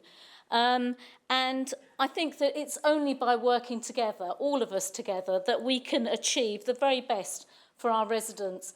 And that is why I will be supporting this budget this evening. Thank you. Thank you. I still have a number of speakers. I'd now like to go to Councillor Martin. Thank you, Madam Mayor. I'm opposed to this plan, the medium-term financial plan and the general fund budget for 2021. I will be voting against that. I won't rehearse the arguments, and I've listened to the debate, but I am not convinced. I'm also very concerned as to the way in which car parking charges now are being proposed to go delegated powers under an item which came to us in December about which and on which there was no discussion, and it was, as far as I was concerned, a fairly technical point. It certainly wasn't transparent to me that it would include car parking charges. So those are the two areas which I have tremendous concern about. I have other concerns, but I won't air them now. However, I will say that I have a degree of support for many of the points that have been made regarding business rates and regarding the unfairness of government funding that we've experienced. This is not something which has just happened. This has actually happened for the last 10 years, since the election in 2010 and the formation of a coalition government between the Liberal Democrats and the Conservatives. And we've had a progressive reduction in funding ever since then. I have been very associated with objecting to that strategy in another local authority, namely the County Council, when I was the Deputy Leader. And I'm on public record of many times of criticising the unfairness of the funding to Surrey in particular. We are a dramatic net contributor to the public purse, and we put far more in collectively than we get out, and business rates is merely one part of that. And I would like to see that changed. The government has for a few years now had a fair funding review, and it has yet to properly report. And I think it should. And I think it should take account of many other factors, including business rates. And we know that there are lots of uncertainties with business rates. Where is it going? How is it going to change? And I acknowledge there are all sorts of difficulties there. And I'd certainly be very happy to help in putting forward the case for for better funding of Surrey and for Waverley in particular. Thank you. Thank you. Councillor Keane, Jackie Keane. Thank you, Madam Mayor. Well, first of all, may I thank Councillor Merriweather and the officers for a very good report this evening. I have two observations to make. One is that I'm very pleased that we're only going to be using the 1.9% raise on the tax. The second is the council tax support scheme. I'm very, very pleased to see that that is going to be supported in 2021 and remain the same. We're all aware that across our borough we have some very, very low-income families we have a lot of single parent families and a lot of elderly, and the struggle that they have to find their council tax. And therefore, I am very, very pleased to see this item is going to remain the same. Thank you. Thank you. Councillor Potts. Madam Mayor, thank you. To the point about jointly lobbying in terms of the business rate, during my leadership, I was speaking with both our MPs and the LGA, and I'm more than happy. I'm waiting for a date to come from him, but we did agree, myself and Councillor Ward, that we'd be in touch after we got through this evening. And I would suggest that that is for the agenda, Councillor Ward, and we can then decide how we want to move that forward. But the Conservative group are more than happy to continue to support that, Madam Mayor. Thank you. Thank you. Councillor Williams. Thank you. Councillor Merriweather reminded us of the context in which this debate is set.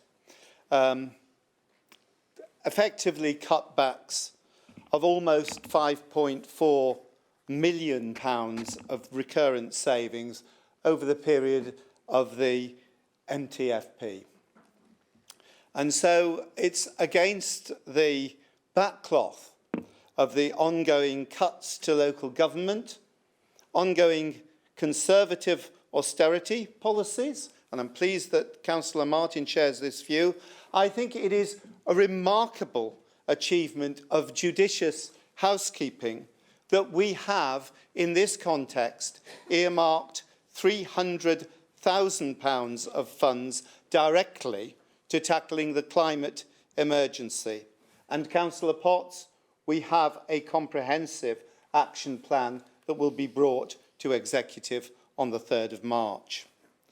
And the core challenges that the people of Waverley face are no different from the core challenges that face the people of Wigan. The twin and interrelated threats of both climate change and economic inequality. For climate change will affect most those that have the least globally, nationally and locally.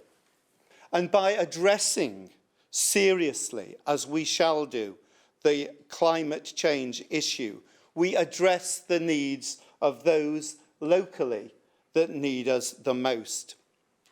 Building sustainable housing addresses housing need, saves our planet and reduces energy costs for our tenants. Working with others to build cycle routes, improve the availability of and reduce the cost of public transport is better for the environment and will reduce the cost burden of getting around for the least well-off in our community and improve the health of our children. Switching to renewable energy creates jobs for the green economy. Supporting sustainable businesses locally creates local jobs and reduces our carbon footprint. We need the ongoing support of our local community for this. We need the support of our county council for this. And we need additional funding from central government to do this properly if we are to take seriously the challenges that face us. And so, while some of us have debated the finer points of this budget this evening, that is really what we need to be doing over the coming years to address the needs of our community, particularly the most disadvantaged people in our community, and tackle the growing threat of climate change. Effectively, a new Green New Deal for Waverley. A Green New Deal for Waverley. That is, I think, the real challenge for the future, and I believe that this budget is the first step on that road. Thank you. Councillor Sadler. Thank you, Madam Mayor. As you all know, I'm new to this. I was only elected in May, and this is my first budget, which to me appears to be very weak on a number of costing measures. And I raise particular concern on measures to address climate change issues. I would describe £300,000 as being a paltry amount towards addressing the climate emergency. And it appears to be a tiny token gesture, in my opinion. Regrettably, to date, we're not informed concerning any outcomes, achievable strategies or realistic costings from the proposed climate study. Yet we're being asked to approve this somewhat crystal ball budget without all proper evidence and supporting facts. A couple of questions I have. Do Waverley Borough Council currently have sufficient internal expertise and resources to calculate the scale of the council's current carbon footprint, which effectively, that was from the 18th of September 2019, was the date that I would suggest where we should go from? And will the 300,000 that's been earmarked be brought to council for full debate on what it will be spent on? As I said earlier, I think £300,000 is not a great deal of money. Thank you. Are there any other speakers? Before we move on, what I would like to do is, with my own indulgence, is to ask Councillor Merriweather, because I so rudely didn't allow you to speak when you wanted to. So please, if you would like to sum up before the leader does. I know there was a couple of points that you wanted to raise. May I ask Councillor Sadler to turn his microphone off, please? Thank you. Thank you, Madam Mayor. I only just remembered what it was, actually, that you wanted me to talk about. I think it was Councillor Costa's point. The £300,000, I understand that you, to make your point, you needed to drift into another agenda item, which was the capital strategy. But to bring that back into the room, the £300,000, one of my specific points was that we realise how remote that is, which is why we have also included a £400,000 void provision, effectively to neutralise that. I'll address the rest of your points, perhaps if I may, when we come to the capital strategy, but that was the one that related to this particular agenda item, so I'll just correct that now if I may. Thank you. Thank you. Leader, would you like to sum up? Thank you, Madam Mayor. Well, we've had a slightly feisty debate. We've agreed on some things. We've had a certain amount. I can assure you, as I think Councillor Follows probably said, it was nothing like as feisty as it was in the executive when we actually had a real big fight coming to this conclusion. Just to run through a few points, I think most of them have been answered by colleagues from the floor.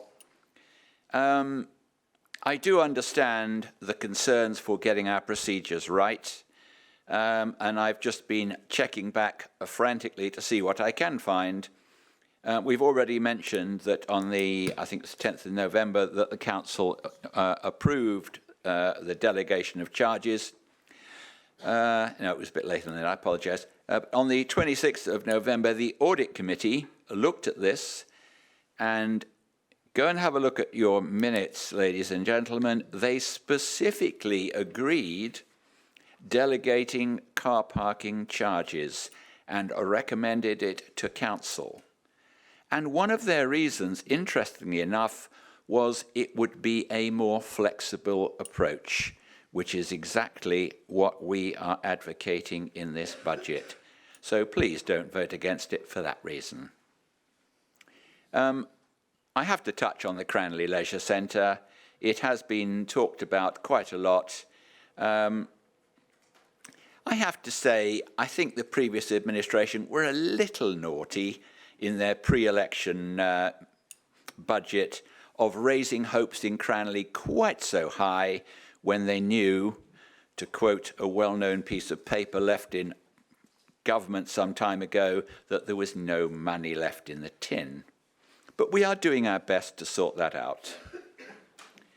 Can I assure Councillor Else that grants are very, very high on our agenda? A number of reasons for that, but obviously a lot of these voluntary organisations, by giving them money, they save us a lot of money in the long run when they actually help out and stop problems arising. Unless I heard incorrectly, I did hear her mention 14 years of Hopper grants. It would be remiss of me not to mention that 12 of those was a Conservative council. But I would also be delighted, because we share many of the points that she is concerned about, to invite her to come over to this side of the chamber and join us. However, I wouldn't like to end without the huge outbreak of unity that has occurred over business rates. I will certainly, as the Leader of the Opposition said, we have a date, purely platonically, to have a chat about how things are going once we finish the fisticuffs in this chamber over the budget. So let me just wind up what the budget debate is all about. It has been eloquently presented by Councillor Merriweather, and I really must compliment him on the number of drop-in sessions he had that people could come and learn more, because lots of us are new. I've only been here as leader since May, so I understand everybody's concerns. However, a 1.9 increase in council tax for residents is the second lowest in Surrey. It compares very favourably with the 3.99 increase demanded by Surrey County Council, the 3.84% demanded by Surrey Police, and the much higher percentages, albeit, let's be fair, on smaller bases, demanded by many of the towns and parishes. Car parking charges have not increased for 3 years, and as virtually our only other significant form of revenue, they must bear their part. As Councillor Merriweather pointed out, a blanket increase when some of our car parks are jammed and others virtually empty would not be a reasonable proposition. We will therefore be scaling the increases, or in fact sometimes decreases, so that long-term parking is encouraged towards the further out and underused areas, whilst the more central areas are biased towards shorter-term parking, so that our hard-pressed retailers can get some turnover and hopefully a bit more footfall through their doors. Our officers have already been complimented when they were asked very carefully to look at their departmental budgets, and they have come up with savings of about 700,000, as we've already referred. We have noted the recent consultation, and we've listened to our residents who wanted us to make strategic savings and reduce costs. We have done them. They preferred an increase in parking to an increase in council tax. We have done our best to hold council tax down and to strategically raise car parking charges. We hope all reasonable councillors in this chamber will shrug off any party whipping that might exist and join us. I commend this well-constructed and fair budget to Council. Thank you, Leader. I would like to add my thanks as well to the officers for all the hard work, and to Councillor Merriweather. It's a challenging task. It really is, on a scale that only few can ever imagine. So for the cross-party debate as well, well done. There was some common ground in there, and I think that's what's really, really important. I know where I'm going with this one, but I'm going to do it anyway. In respect of agenda item 9, there are 5 recommendations, and I propose that we take a record vote for those recommendations en bloc. Is that agreed?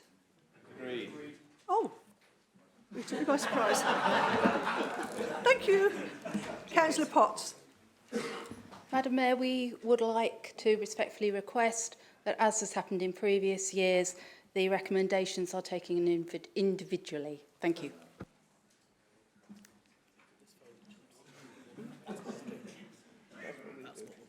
Yes, that's what we'll do. Thank you.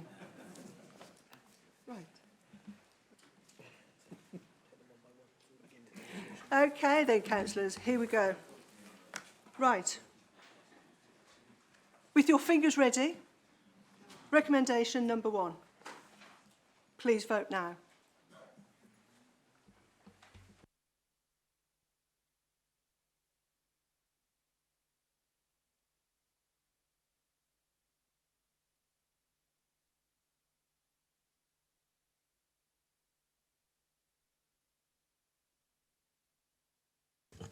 Thank you, Madam Mayor. So 33 votes in favour, 15 against, 3 abstentions. So it is agreed. Thank you. Recommendation number 2.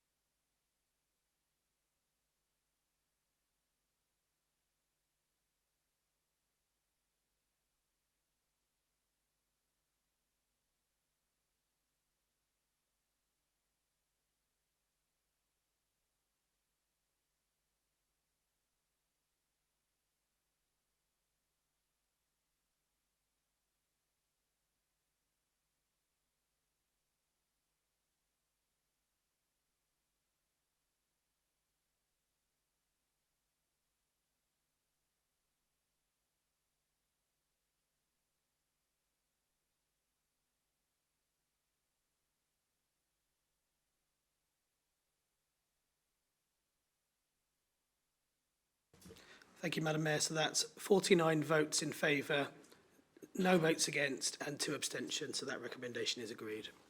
Thank you. When you're ready, number 3, recommendation number 3.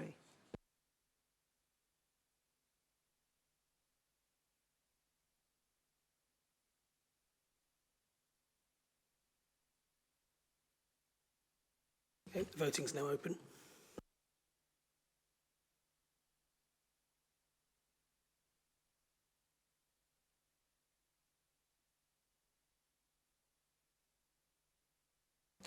Madam Mayor, that's 49 votes for, no votes against and 2 abstentions, so that recommendation is agreed.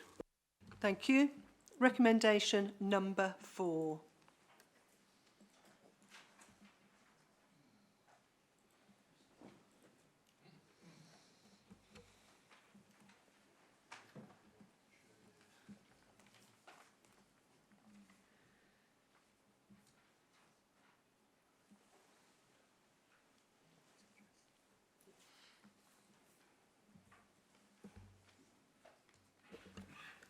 That's 33 votes for, 16 against, 2 abstentions, so that recommendation is agreed. Thank you. And finally, recommendation number 5.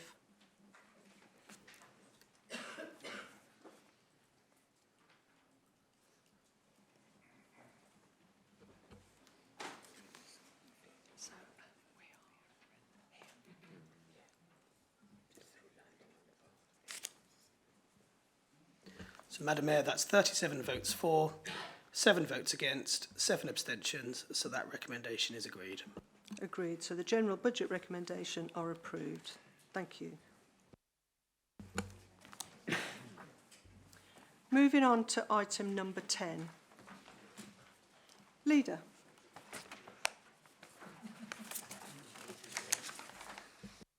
Thank you, Madam Mayor. As part of the executive minutes, I am moving this item and I am sure I have a seconder. Pleased to second, Madam Mayor. I will be delighted to cheer up Council to say that I do not intend to speak at great length on the start of this one, but I would like my Chancellor to deal with it, please. Thank you again, Leader. Okay, councillors, it's a statutory requirement for local authorities to produce an annual capital strategy, and this is the suite of documents you'll find at Annex 1 on page 89 of your pack, summarised there.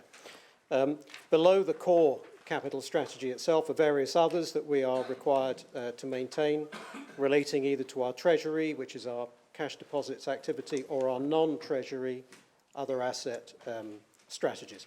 There were only minor changes proposed to the Treasury strategies, as these have served us well over the year, increasing interest yield but without compromising security of funds. The substantive improvements we are proposing this year relate to the property investment strategy. Councillors, at this time, our property investment portfolio is wholly commercial, office, industrial and retail, and almost wholly concentrated in Farnham. In line with our corporate strategy and our medium-term financial plan, and having taken appropriate legal advice, our proposed strategy is now also to diversify and to invest in open market rented residential homes. We expect that the most attractive investments will be those where we have the strategic cost advantage of building on land we already own. But we will, of course, look at other opportunities that satisfy our investment criteria.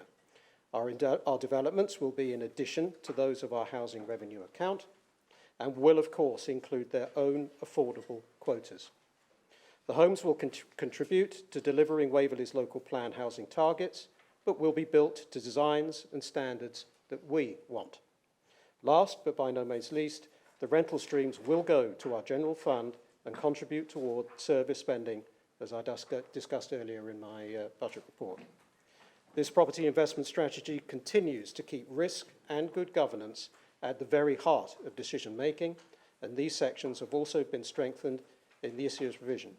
Finally, this year we've also improved the property investment strategy by specifically addressing our climate change commitment, and in fact you will be aware that in any event, this and all of our other corporate objectives and priorities are embedded in the capital strategy itself. Thank you very much. Thank you. Are there any other speakers? Councillor Martin. Thank you. I'm happy to support this capital strategy, although I do have some reservations. I have some reservations concerning possible moves to residential property, but we'll look at that on a case-by-case basis. I have many concerns on whether that's a good thing to do. I have some concerns about the way in which the administration wants to confine itself to this borough only. I understand the logic, but I personally would like to go further. But again, it's a case-by-case exercise. And I also have considerable concerns as to whether we'll be able to raise £300,000 of income during the course of this next year. However, the strategy as a whole, I am content with, and I will be voting for it. Thank you. Thank you. Councillor Gray. Thank you, Madam Mayor. If I could just talk something that relates back to our previous decision, which is responsibilities. I'm sure that the Section 151 officer would not fail to brief the external auditors on this subject. But if members look at the papers submitted on page 87, you'll find that the consultation engagement actually somewhat remiss to leave out the audit committee. And if you go back to the audit committee meeting of the 4th of March in 2019, it was agreed that the audit committee would look at its terms of reference at the first meeting in the new council year. I checked through the minutes of the 24th of July, the 25th of September, and the 26th of November, and no such review took place. Why is that important? Well, it's important because there was meetings between the Value for Money ONS chairman, the audit committee and deputy chairman officers to talk about the overlaps between the audit committee and ONS. There were also a couple of other principles that was concerned. One of them was that the committee had the authority to go and commission an investigation if it had concerns over governance. I make these comments as 4 years on the audit committee and chair for 3.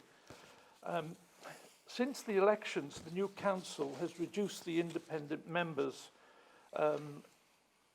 on the Investment Advisory Board and effectively bypassed the audit committee on this topic. The Value for Money ONS has a scrutiny role, not an audit role, and it's not wholly independent, whereas the audit committee is obligated to report directly to members of this council. My point on the contents is the input. It's a significant amount of money we're talking about here to generate through the commercial investment, 1.2 million. We've heard about that under the budget, so I won't repeat it. But it's down in the paper there, page 115, that this represents 100 million of capital investment with a matching 100 million of borrowing. The treasury management strategy is complex, and the prudential indicators are very technical. The well-written capital strategy document and policies as a whole are important, as is the change made at this submission for approval by Council. It would have been useful, if not essential, some may say, to have a summary of these changes and the impacts to brief members on. The investment strategy slips in and extends the scope of commercial investment to include residential property.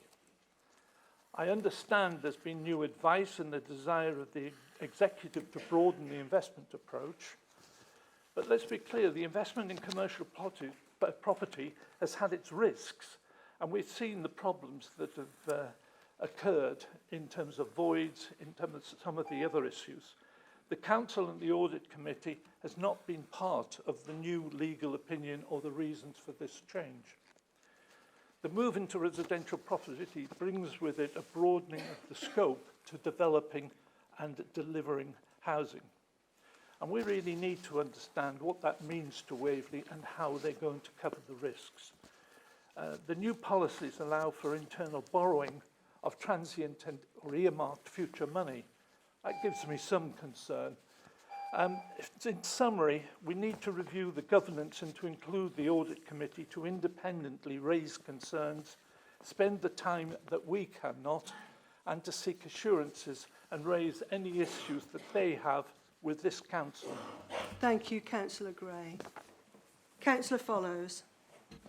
Thank you, Madam Mayor. First of all, I just want to start by entirely agreeing with Councillor Martin in terms of delivery of, and residential property particularly. I doubt anybody here jumps at the idea or believes it risk-free, least of all me. And in a perfect world, we might not. But I think from the discussion we've just previously had, the world is far from perfect and our choices are limited. This is something that we have to pursue in order to make the sums add up.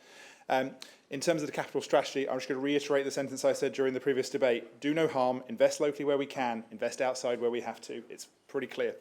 And actually, I entirely support the comments of Councillor Gray. I do think we need to empower the Audit Committee to have a stronger role in this as they can in order to support our goals of transparency, but also because it is the right thing to do. We need everybody who is willing to contribute to working hard and delivering this strategy to be on board, and the Audit Committee contains some of the most dedicated members in that regards of all parties, and so I personally welcome their commitment to getting more involved in this. Thank you. Thank you, Councillor Follows. Are there any other speakers? Therefore, we will move to the recommendation. Before we do, I'd like this. Would you like to sum up? Madam Mayor, I would like my Chancellor to wind up in my place, if you're content with that. Thank you very much.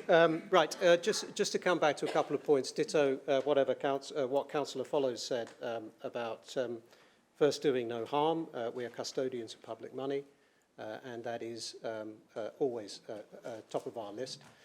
The Property Investment Advisory Board, of course, we are a rainbow coalition. We're not a one-party coalition. We're not a one-party council.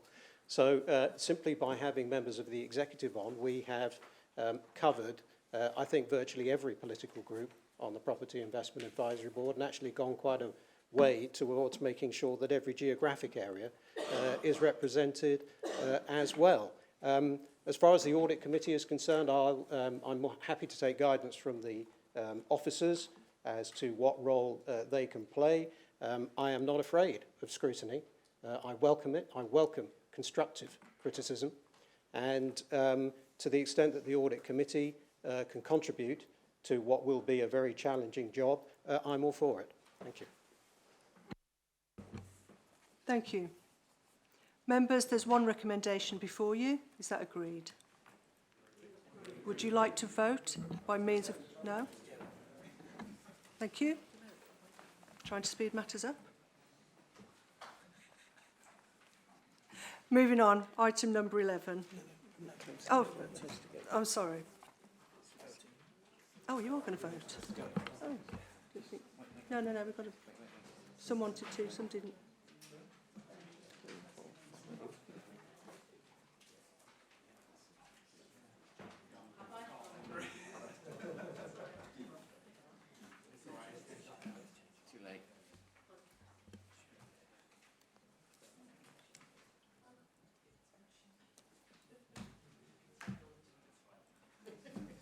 Members will run that vote again, because there was one member who didn't have their card in and was unable to vote, so we'll vote again.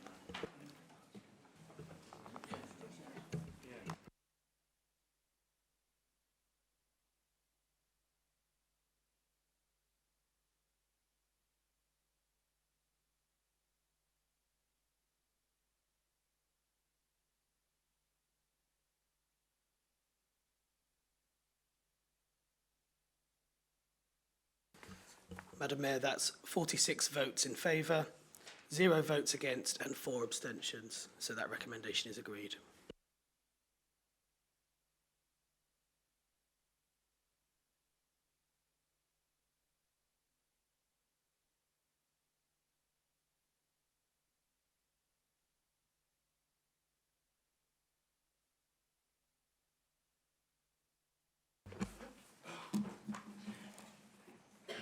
Item number 11. Leader. When you're ready. Thank you, Madam Mayor.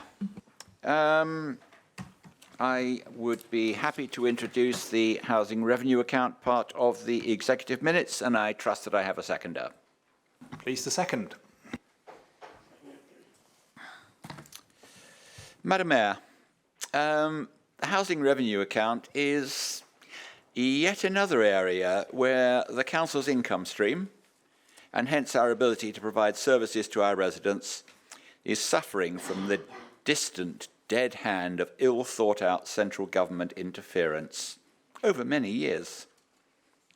This authority's responsibility as a social landlord deals with the management and maintenance of existing council homes, of which we have almost 5,000 rented and shared ownership homes in our borough, and also delivering housing by purchase or building our own.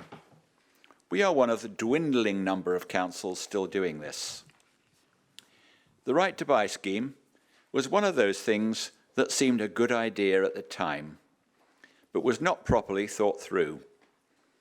This council is forced to sell houses at below market value, and not even allowed to keep all the proceeds, resulting in a constant net loss of social housing. Even worse, national statistics show us that of the social housing sold, about 40% ends up being privately rented out at full market rates. A classic case of robbing the poorest to enrich those better off. There is little wonder that there is a nationally recognised crisis in social housing. The government has also saddled us with about £189 million of assumed debt by an enforced transfer of the housing revenue account to a so-called self-financing basis. Additionally, the 4-year rent freeze, another good idea at the time, has effectively robbed us of badly needed income to maintain our current housing stock.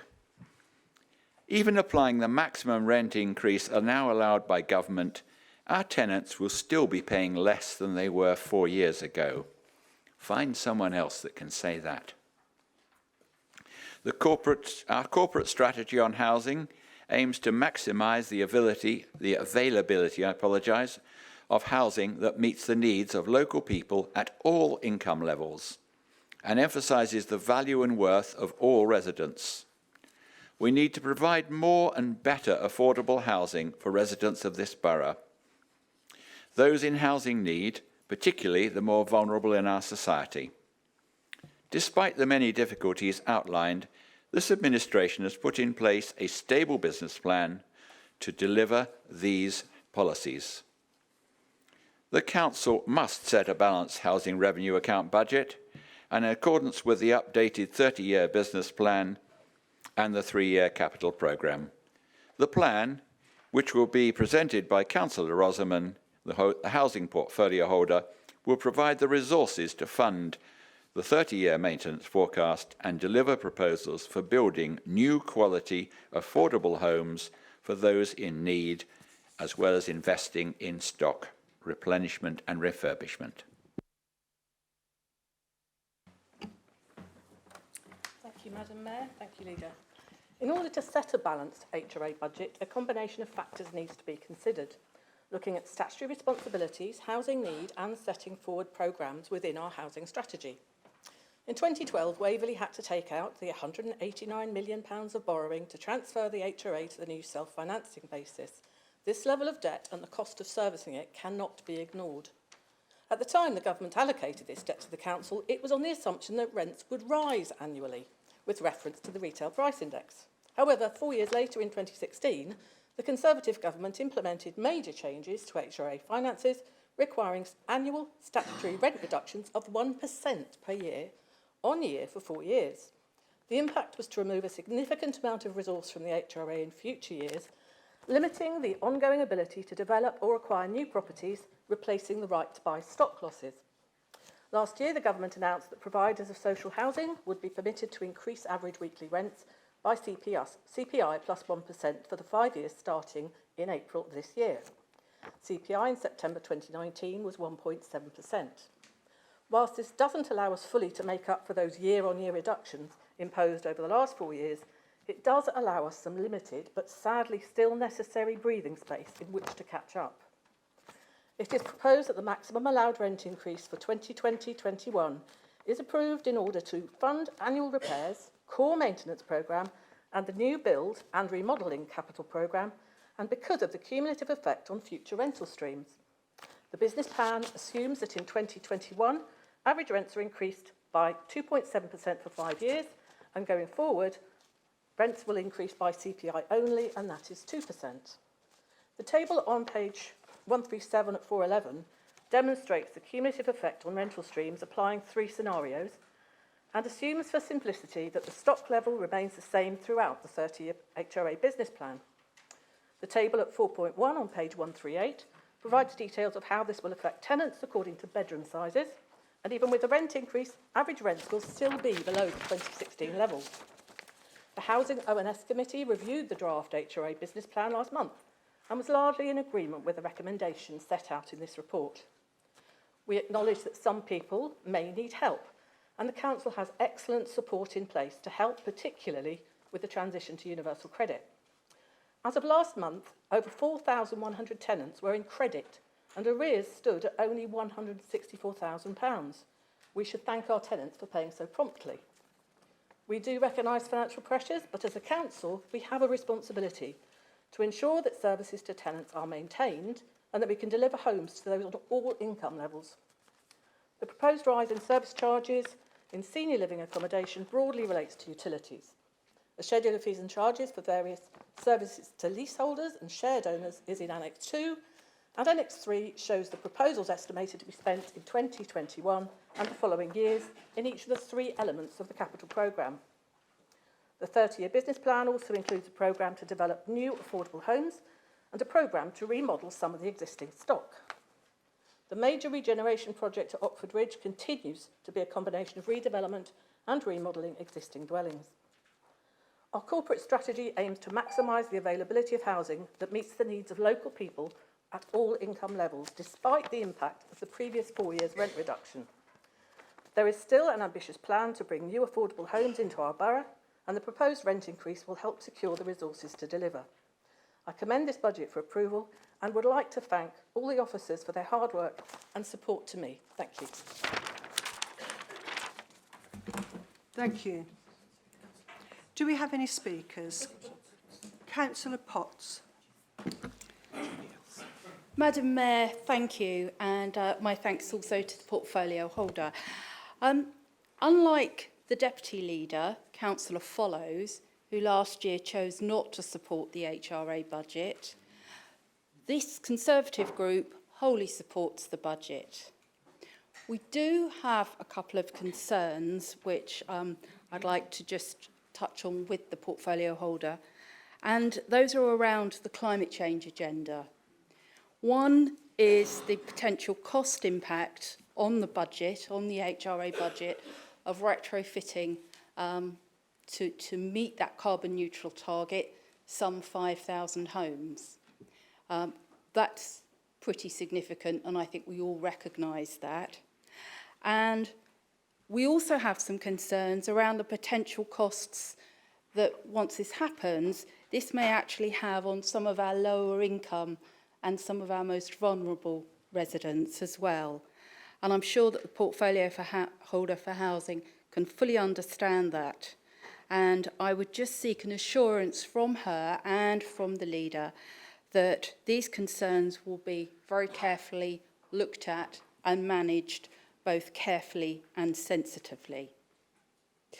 Madam Mayor, as I say, this Conservative group are more than happy to support this budget, and we are also, for the sake of clarity, also happy to take the recommendations for this en bloc. Thank you. Thank you. Councillor Else. Thank you very much, Madam Mayor. A promise has been made to the residents of Waverley that by the end of the year 2030, Waverley will be carbon neutral. Whilst I support this recommendation broadly, I see nowhere in the business plan that supports that initiative to the extent that is surely required. In September, officers were given 6 months to report to this council how this project may be put into action, and I understand that work on a strategy to implement the necessary changes to our 5,000 housing stock doesn't start until the end of this year. 2030 looms quite quickly, and the key issues are not being worked on until then. The all-important matter of cost is a great unknown. We own 5,000 properties, 800 of them are pre-World War II, and even a conservative estimate of £10,000 per property amounts to some £50 million. Has any work been done on how this is to be funded? Or is this also to wait until the end of the year? What kind of pressure are our officers being put under?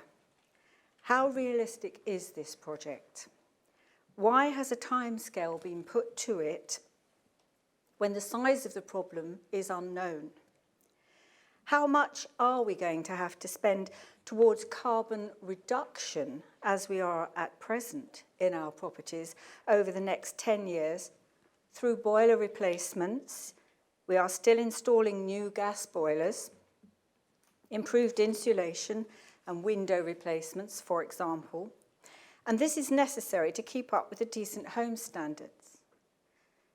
Will a large proportion of this money as we draw nearer to 2030 therefore be wasted? How achievable is this going to be by 2030? Isn't it time for a reality check? Thank you, Madam Mayor. Thank you. Councillor Follows. Thank you very much, Madam Mayor, and thank you to Councillor Rosman, to the officers for preparing this part of the budget. For me, this is pretty clear.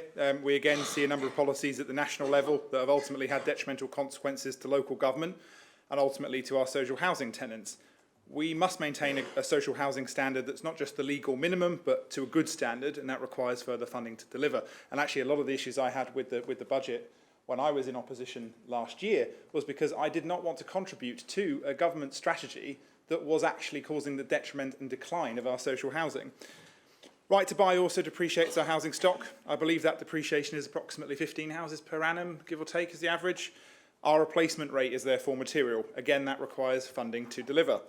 But we also need to build more genuinely affordable houses, and by that I only really mean social housing. And when we discuss its of the word affordable, it's often a pretty serious misnomer. I actually trust our housing department to build the sorts of houses that we actually need, rather than for the profit motivation of many developers in our borough. This, of course, also supports the delivery of our local plan numbers too.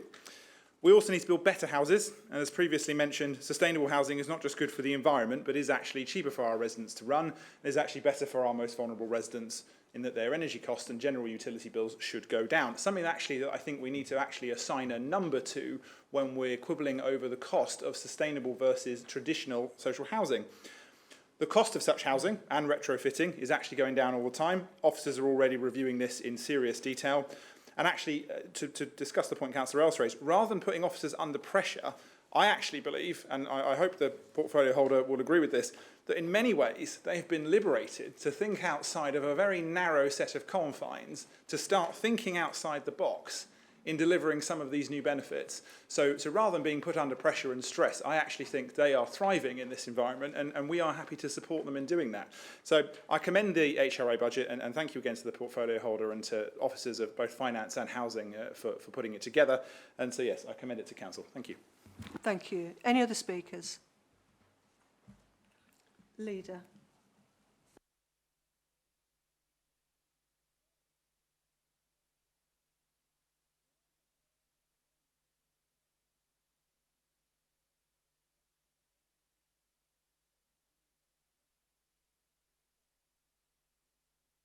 Okay, thank you, Madam Mayor.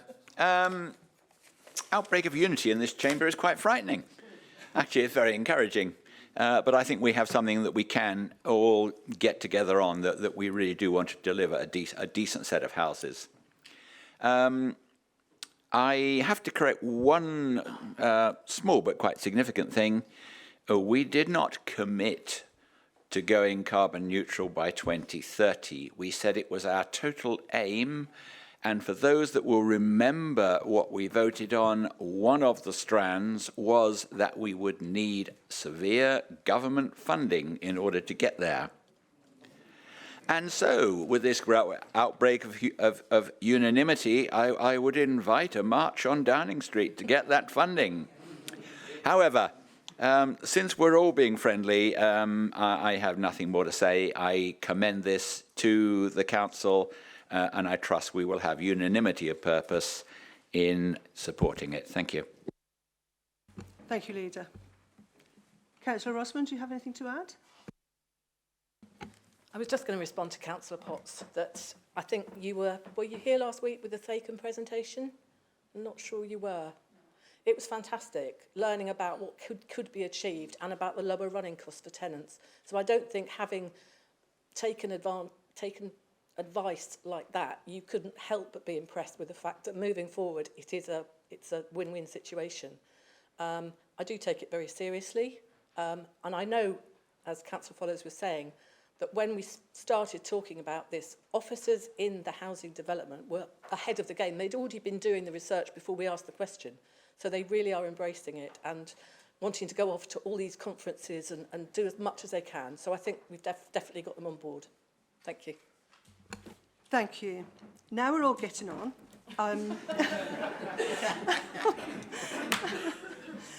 There are 9 recommendations, and I propose that we take a recorded vote of those recommendations en bloc. Is that agreed?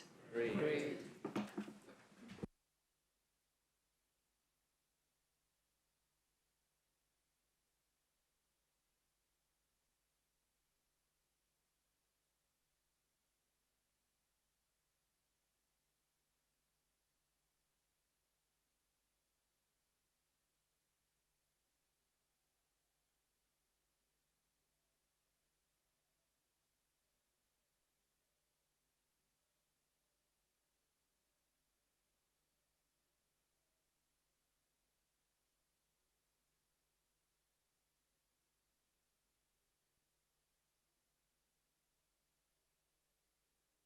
Okay, Madam Mayor, that is 48 votes for, 0 votes against and 2 abstentions. So the recommendations are agreed. Moving on. Item number 12. Leader, would you like to present? Thank you, Madam Mayor. We have a legal requirement to produce an annual pay policy statement, and I trust I have a seconder. As once again, I'm pleased to second, Madam Mayor. We've had a pay policy statement for some time with the previous administration. Those who have looked at the changes carefully will note it amounts to a couple of numbers on the first page referencing paragraphs and one sentence, I believe, on the second page, but is basically the same as we have had before. I don't propose to say very much, and I recommend it to Council. Are there any speakers?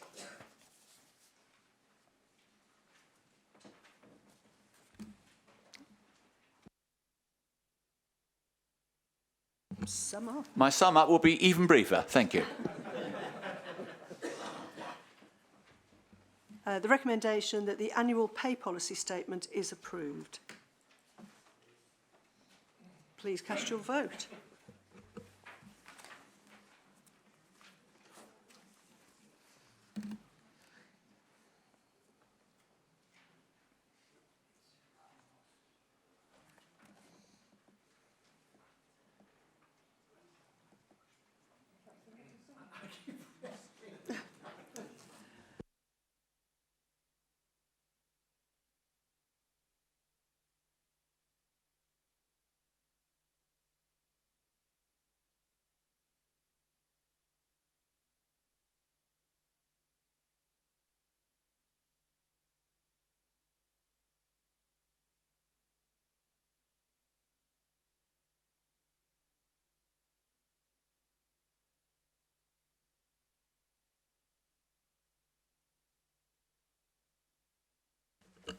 So, Madam Mayor, we have 47 votes for, 0 votes against and 2 abstentions. So the recommendation is agreed. Thank you, Mr. Taylor. Moving on to item number 13. Members, not long now. Not long now. You're nearly there, nearly there. The next item is the minutes of the executive meeting on the 7th of January and the 4th of February for Council to receive and note. Leader. Thank you, Madam Mayor. All the Part 1 items have been dealt with in the main agenda, so there is very little I need to say on that, and I understand, Madam Mayor, there are just 2 speakers, so I will allow them to speak. Thank you, Leader. And I believe we have Councillor Steve Cosser on Executive 51/19. Thank you, Madam Mayor. So much for the unanimity, but this is unanimity within the coalition I want to draw attention to. It's the item on the Berries investment opportunity. Let me make clear, first of all, that I have no problem at all with the proposition put to and agreed by the Executive by Councillor, or perhaps we'll call you Chancellor if the leader would prefer, Chancellor Merriweather. I have, however, and this is a serious point, I have, however, been concerned, as have a number of other Godalming residents, confused and concerned by the comments and assurances subsequently made by the Deputy Leader of the Council on social media about this appraisal. Unsurprisingly, many people, when the proposal emerged, were rather concerned about what the outcomes might be, and in particular, whether it could lead to the loss of the Berries fields and for part or all of the Crown Court car park potentially to be turned, in both cases, over to housing development. Councillor Follows, in whose ward this exercise will take place, responded by promising to seek clarification of the points raised with officers and seek reassurances and then respond. Why it was necessary to do that when he's a member of the Executive and was at the Executive when the decision was taken, I really don't understand. But the point of concern here is the nature of subsequent social media comments, which seem to indicate a narrower appraisal than that agreed by the Executive by excluding any possibility of the Berries field or Crown Court being in any way impacted by this exercise. Now, I share the concern of many Godalming residents about what the outcome and future might be of those two sites, but frankly, the time to consider that is when the option appraisal is completed. So I have a question, please, for the leader of the council. Do the good people of Godalming be guided by the decision that we have in front of us today of the full appraisal concerning all the sites owned by both the county and the borough to be included, that they are to be included in this, or is the more restricted and therefore potentially less costly exercise, as apparently is supported by Councillor Follows, to be supported instead? As leader, perhaps you could clarify this for us. Thank you very much. Thank you. We did have one other question from Councillor Jerry Hyman, but he's unfortunately had to go home. So I'd now like to move to the leader, please, to conclude the presentation of the minutes of the executive. Thank you for your observation. I am older than I look, and I don't use social media, so I haven't read any of this. But as a broad topic, I would say believe what the executive tell you and not what you see in the newspapers or what goes on the airwaves. And I trust that is sufficient to encourage you and reassure you. And that being that, that is the end of the minutes of the executive, and I commend them to the council. Thank you, Leader.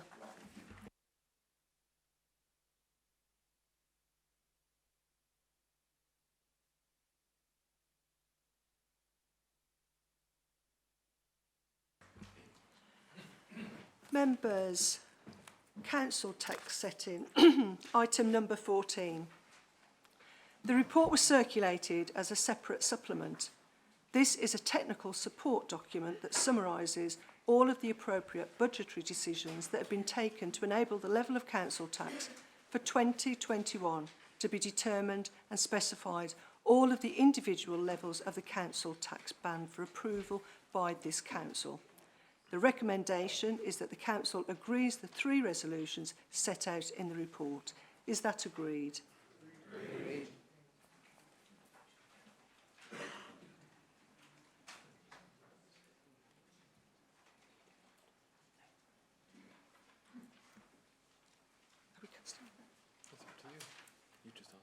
Would you like to cast your votes? No? No? No? That's all right. It says here you'd like to put your vote, but you don't have to because time's moving on.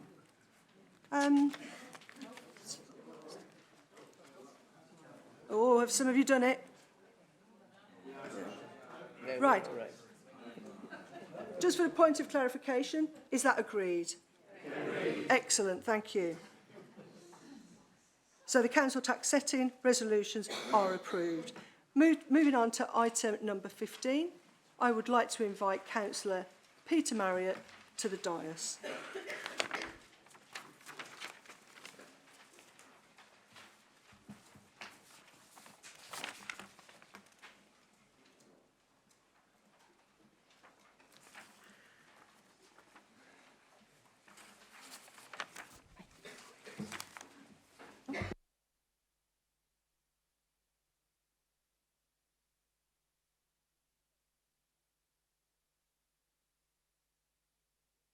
To present the proposed revisions to the exciting world of contract procurement rules.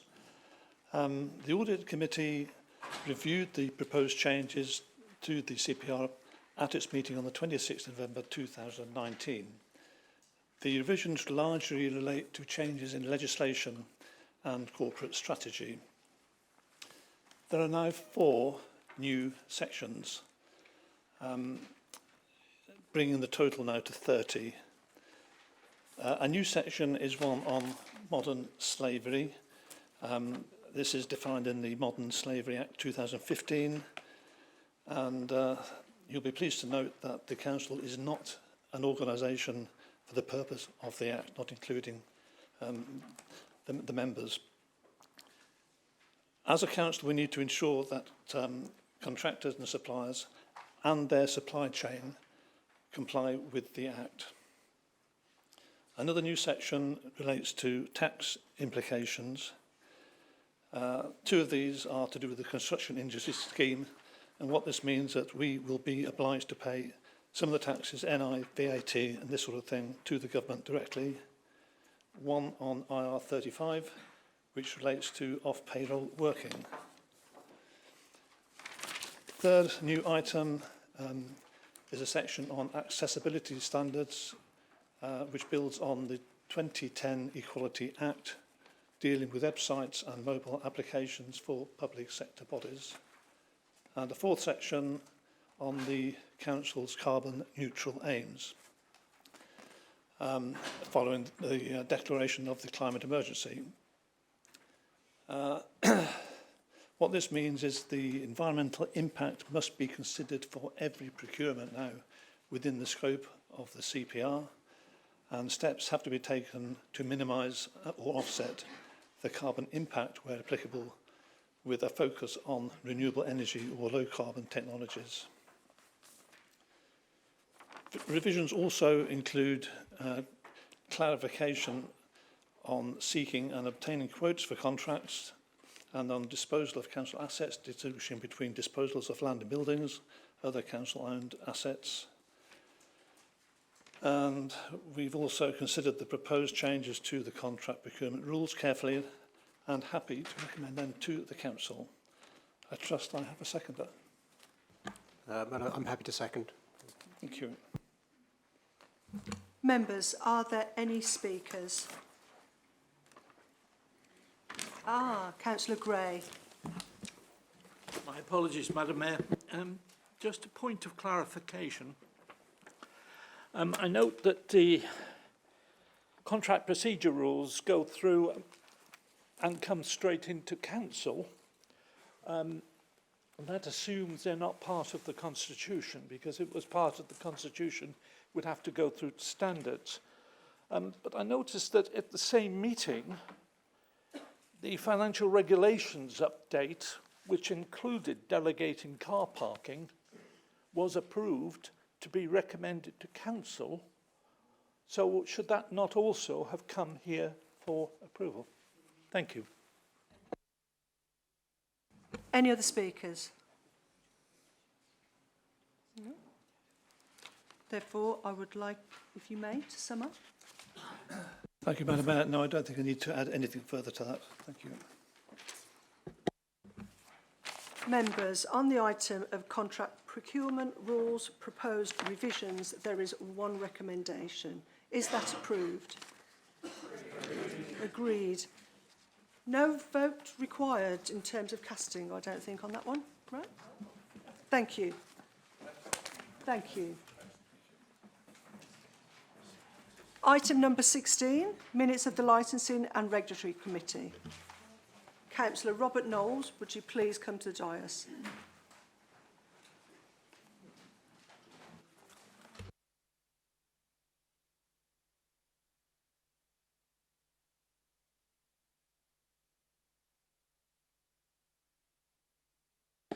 Thank you, Madam Mayor. I present the minutes of the Licensing and Regulatory Committee of the 13th of January 2020, and I have a seconder.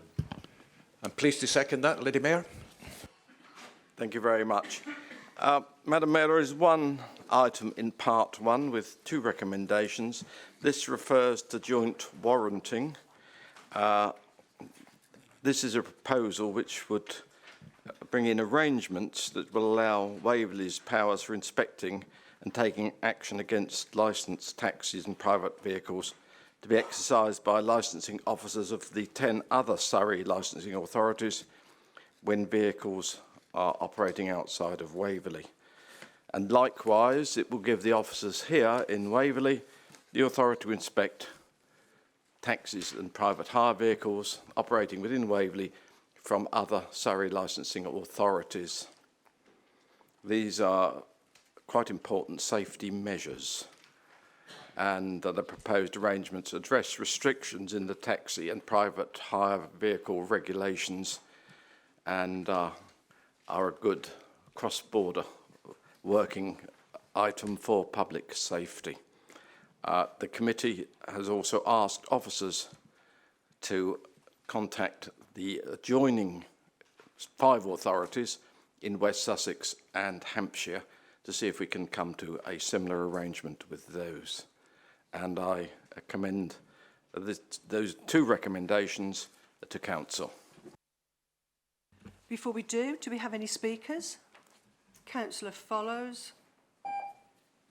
Thank you, Madam Mayor, and thank you, Councillor Knowles. Just to say, as a member whose ward contains Godalming train station, I thoroughly welcome this, and I'm sure there are numerous other examples across Waverley where it will benefit from this. So thank you for bringing it to Council. Thank you. Thank you. Councillor Beeman. Thank you very much, Madam Mayor. Just as a question of detail, are all these authorities, like fitness of private hire vehicles, are they all standard across all authorities, and will all, or not? And if they're not, will all the officers understand which rules apply in each authority? Any other speakers? Yes. Councillor Wilson.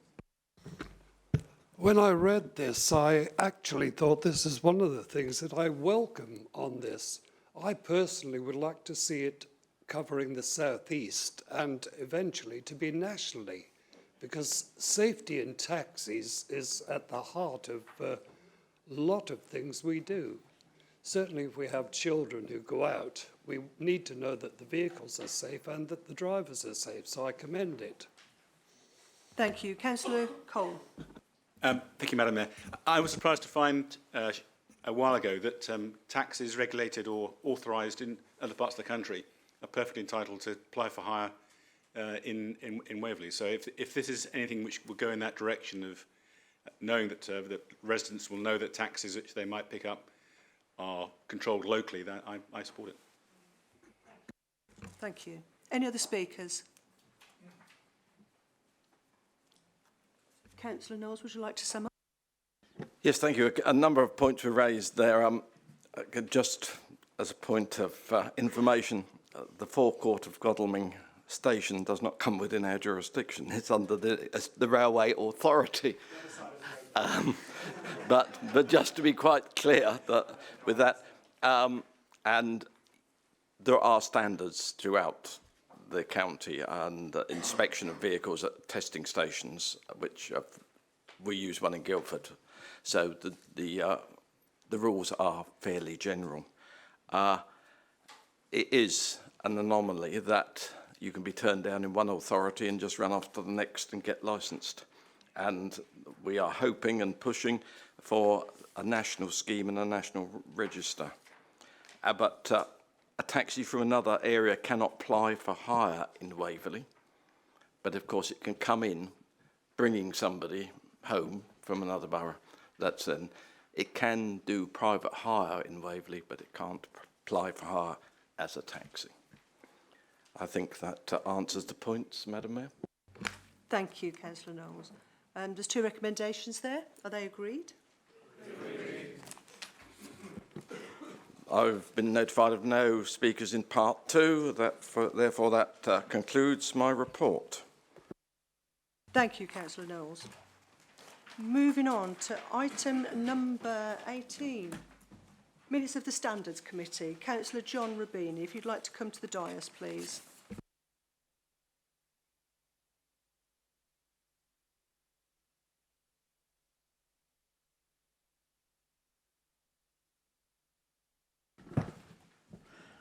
Thank you, Madam Mayor. On pages 219 to 221, you'll find the copy of the minutes of the Standards Committee, and I'd like to move those minutes. I believe I have a seconder. Thank you. There are no matters in part 1. I understood that there was a speaker on part 2, but I believe he's left. Thank you very much. Nothing to vote on. That concludes the minutes of the Standards Committee. Short and brief. It's a good way of ending. Thank you. Definitely the way forward. Members, the last item on this agenda is there for you to read, exclusion of press and public. So I'd just like to take this opportunity to thank you all for your indulgence, your good humour, your spirit, and taking part in what is deemed healthy debate, which is good for all of us. I'd now like to invite you for refreshments at this very late hour into the Mayor's Parlour. Thank you and good night. Safe journey to those who are going home. Please rise whilst the Mayor leaves the chamber.